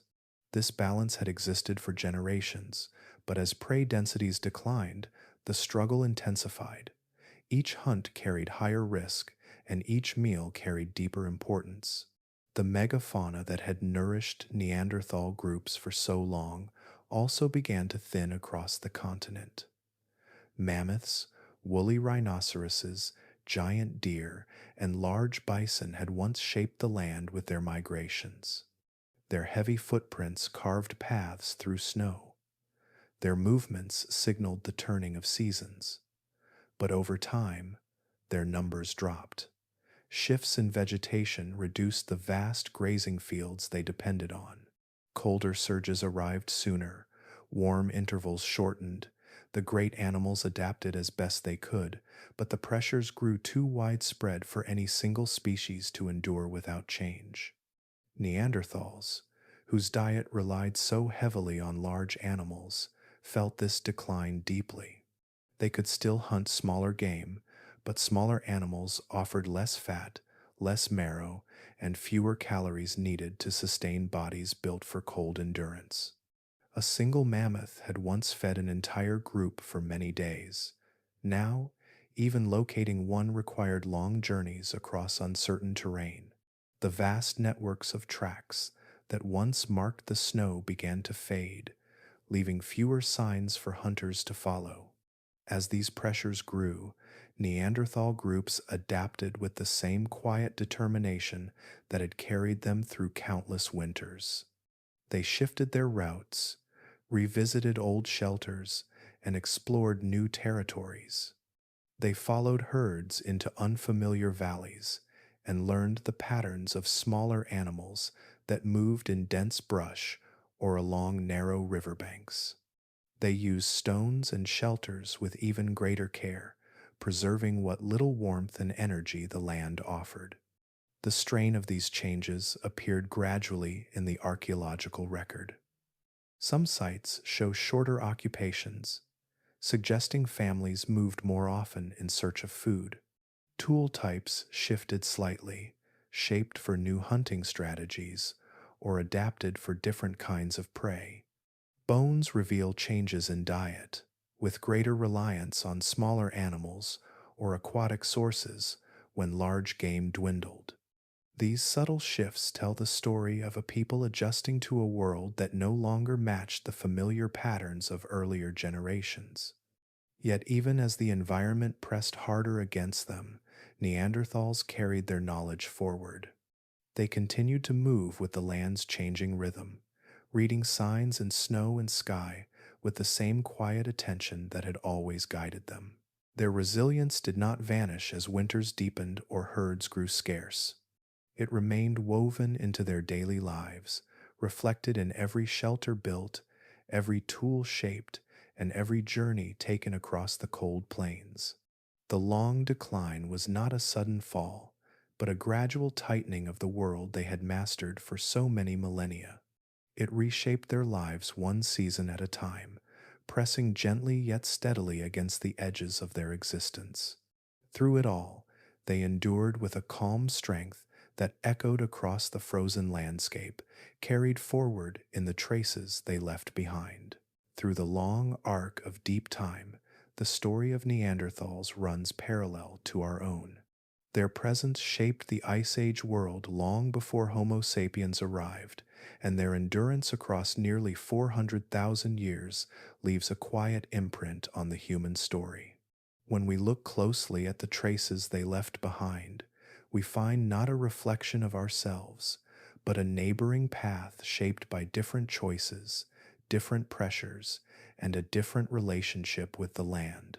These differences reveal much about both species and about the many ways a human life can take shape beneath the same sky. Neanderthals lived in smaller territories than modern humans eventually would. Their movements followed the familiar curves of valleys and mountains they had known for generations. This mobility pattern was shaped by cold, by the seasonal behavior of prey, and by the deep knowledge families carried about the land. They did not travel great distances year after year. Instead, they moved with a steady rhythm within regions rich in history, returning to the same caves, the same springs, the same hunting grounds that had sheltered their ancestors for ages. Homo sapiens, by contrast, carried a different style of movement. When our species spread across continents, the journeys spanned wide distances and passed through unfamiliar environments. This difference in mobility shaped many aspects of each species' life. For Neanderthals, staying rooted allowed them to develop an intimate understanding of microclimates, seasonal paths, and the subtleties of cold adaptation. For Homo sapiens, broader mobility encouraged rapid innovation, the mixing of ideas across groups, and the ability to explore new ecological niches. Innovation also carried a different rhythm for each species. Neanderthals developed technologies with remarkable precision, shaping tools that remained consistent for long spans of time. Their craftsmanship was stable, refined through patience and careful attention. Tools were made to last. Techniques were passed down without urgency, shaped by the steady pulse of seasons that repeated like a familiar song. This stability matched their environment, where survival depended on enduring deep winter rather than adapting to rapid change. Homo sapiens, shaped by more variable climates and wider migrations, saw tools change more quickly. Ideas blended from different groups and regions, innovations layered upon one another. This faster pace created flexibility, allowing our species to inhabit many kinds of environments, from grasslands to rainforests to coastlines far from Africa. Each group carried lessons across long distances, spreading them through networks that connected populations across continents. Although toolkits differed, both species showed intelligence shaped by their surroundings. For Neanderthals, intelligence lay in resilience, efficiency, and precision. They understood the physics of cold survival in a way no other human species has ever mastered. Their bodies, strong and compact, were shaped for conserving heat. Their lungs warmed each breath. Their muscles held energy in deep reserves. Their daily strategies, from hunting to sheltering to sleeping, reflected a knowledge carved directly from the land. This cold endurance was unmatched. Even modern Arctic populations, though well adapted to northern climates, rely on technologies and clothing far beyond anything available during the Ice Age. Neanderthals lived in these temperatures without tailored garments, without long-distance trade, and often without the ability to create fire on demand. Their survival speaks to a form of adaptation so complete that it intertwined with every aspect of their existence. It became part of their identity, their culture, and the quiet wisdom passed between generations. From their adaptations, modern humans can learn much about the relationship between body, land, and knowledge. Neanderthals teach us that survival does not always require rapid innovation, but can emerge from deep familiarity and steady practice. Their lives reveal the value of attention to detail, of reading the earth closely, and of moving with its rhythms rather than resisting them. They show how communities can endure through cooperation, shared skill, and a calm acceptance of the natural world's cycles. Their story also reflects how different environments shape different kinds of strengths. While Homo sapiens developed flexibility, long distance networks, and complex cultural exchange, Neanderthals developed mastery of one of the harshest climates the planet has ever known. They excelled in stability. They perfected endurance. They became part of the cold landscapes they walked, so deeply attuned that even the smallest shift in wind or snow could guide their choices. When we compare the two species, the differences highlight the many paths evolution can take. Our species eventually spread and thrived through adaptation and creativity. Neanderthals thrived through constancy, strength, and deep knowledge. Neither path was lesser. Each reflected the world it grew from. Their long history shows that survival can be shaped by patience just as powerfully as by change. As we continue to uncover their story, the lessons remain gentle and enduring. Their quiet resilience lingers in the bones, tools, and shelters they left behind, reminding us that humanity is not a single pattern, but a wide field of possibilities shaped by time, land, and the soft persistence of life. As the story drifts toward the coldest chapters of Neanderthal life, the landscape grows quieter. The deep glacial cycles that had shaped their world for hundreds of millennia pressed harder than before, spreading ice across the continent in long arcs of white and wind. The winters of their final age were not sudden disasters, but slow intensifications, each one stretching a little longer, arriving a little sooner, freezing a little deeper. Through these changes, traces remain, held gently in soil, sediment, and stone. Archaeology becomes a window into the last winters they endured, and through it, we can sense the narrowing of their world. In certain layers of earth, cold leaves marks as clearly as fire or bone. Tiny crystals form in sediments exposed to cycles of freezing and thawing. Patterns in pollen reveal shortened growing seasons. Shifts in animal remains show migrations pushed farther south, following dwindling patches of grass and shrub. These records lie scattered across valleys and cave mouths, each offering a quiet glimpse of a winter that settled more heavily than the one before. Together, they build a picture of landscapes turning harsher, not instantly, but through countless small steps. Among these traces are seasonal camps that appear almost untouched by time. Some are little more than stone tools resting where they once fell from a hand. Others include fragments of cracked bone, flakes from tool making, or footprints preserved in ancient sediments. These places feel suspended, as though the people who shaped them had stepped away only moments before the cold took hold.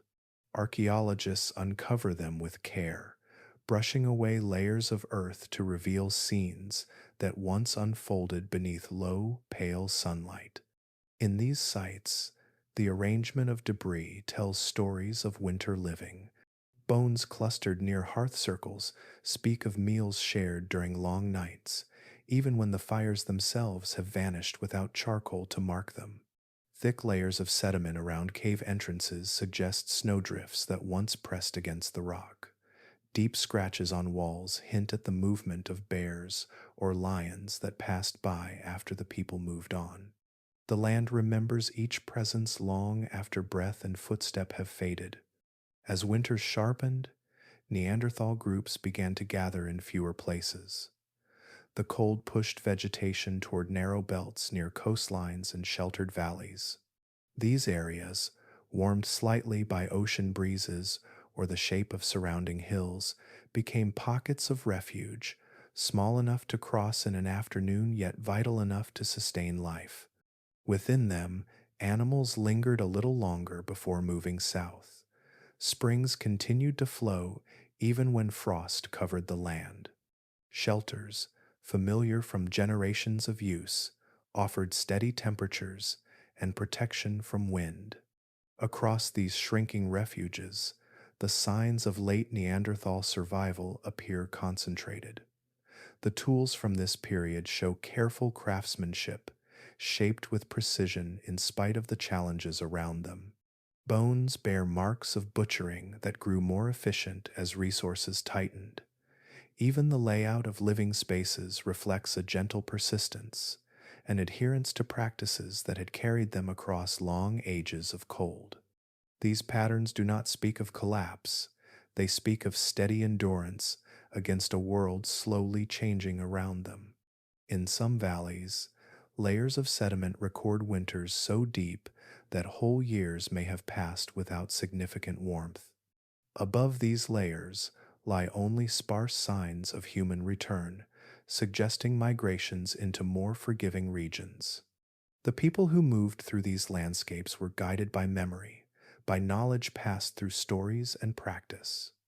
They understood which shelters caught the morning light, which slopes remained free of heavy snow, which rivers stayed open beneath the thickening ice.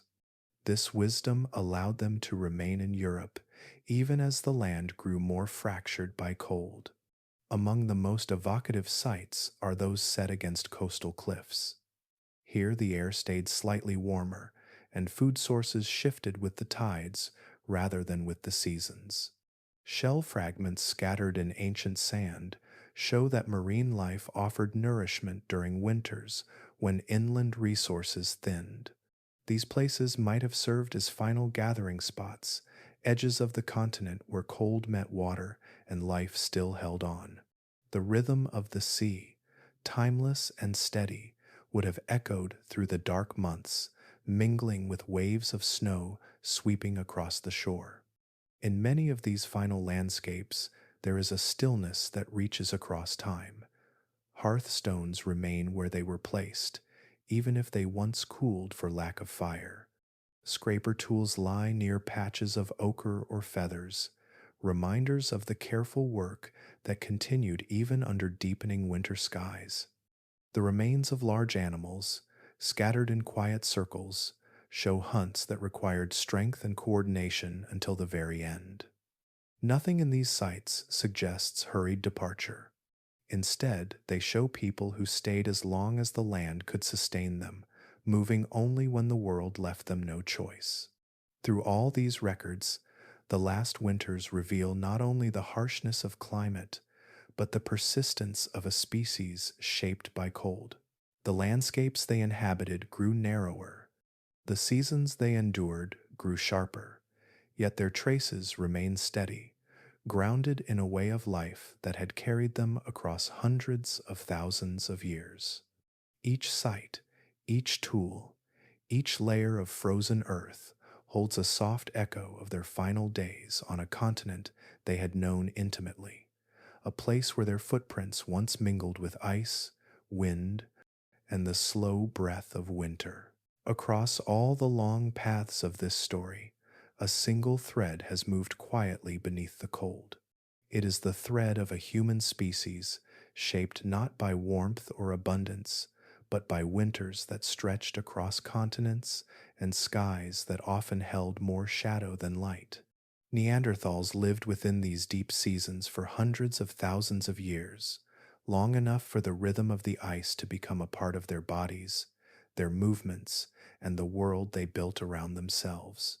When we look back at them now, we see more than bones and tools scattered across ancient ground. We see a way of life that grew from landscapes that tested every spark of warmth a body could hold. We see people who learned the language of snow and wind, who understood the softness of caves and the steady promise of south-facing stone. Their endurance did not come from inventions or sudden leaps in technology. It came from slow familiarity, built across generations that watched the same hills whiten each year, then thaw, then whiten again. In their world, fire was a companion that needed careful tending. Food was drawn from creatures that carried their own heat within layers of fat and muscle. Shelters were chosen for the way they held quiet air, even when storms pressed hard against the earth. Every part of their lives intertwined with the cold, forming a tapestry of strategies, habits, and shared knowledge that changed only as the land itself demanded. Through this long partnership with winter, they carved out an existence that endured far beyond what most species experience. Their resilience settles over the story like drifting snow, soft but unmistakable. It is present in the healed fractures found in their bones, showing the care of companions who carried one another through difficult seasons. It appears in the depth of their footprints preserved in ancient mud, placed step by step through terrain that few could cross. It echoes in pigments left on stone and in the quiet rituals suggested by scattered feathers, hints of meaning woven into the challenges around them. Even in their final winters, when the land tightened and warmth became scarce, they remained bound to their landscapes with a calm determination. These were not people who vanished suddenly. They were people who endured until endurance itself could stretch no further. Their story does not end in drama. It settles gently, like the way dusk folds into the long night of winter, leaving traces that still glow in the geological memory of the world. As the narrative returns to the present, there is a stillness in knowing how long they walked the same valleys we know today, how long they watched light fall across mountains that now stand under modern skies. Their time was immense, measured not in centuries, but in cycles of climate and migrations of animals. Through all of it, they adapted, learned, and survived in ways that deepen our understanding of what it means to be human. If you have followed this journey through ice, wind, and deep history, thank you for wandering here for a while.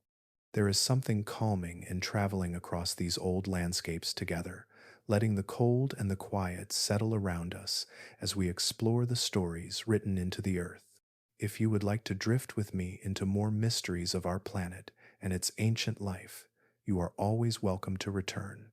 Subscribing helps keep this soft corner of science warm and steady, and it means we can continue exploring these gentle wonders side by side. For now, breathe slowly, let your shoulders relax, and feel the long arc of time settle into place. The story rests here for a moment, held in the hush of winter, before we follow the next path into the unknown.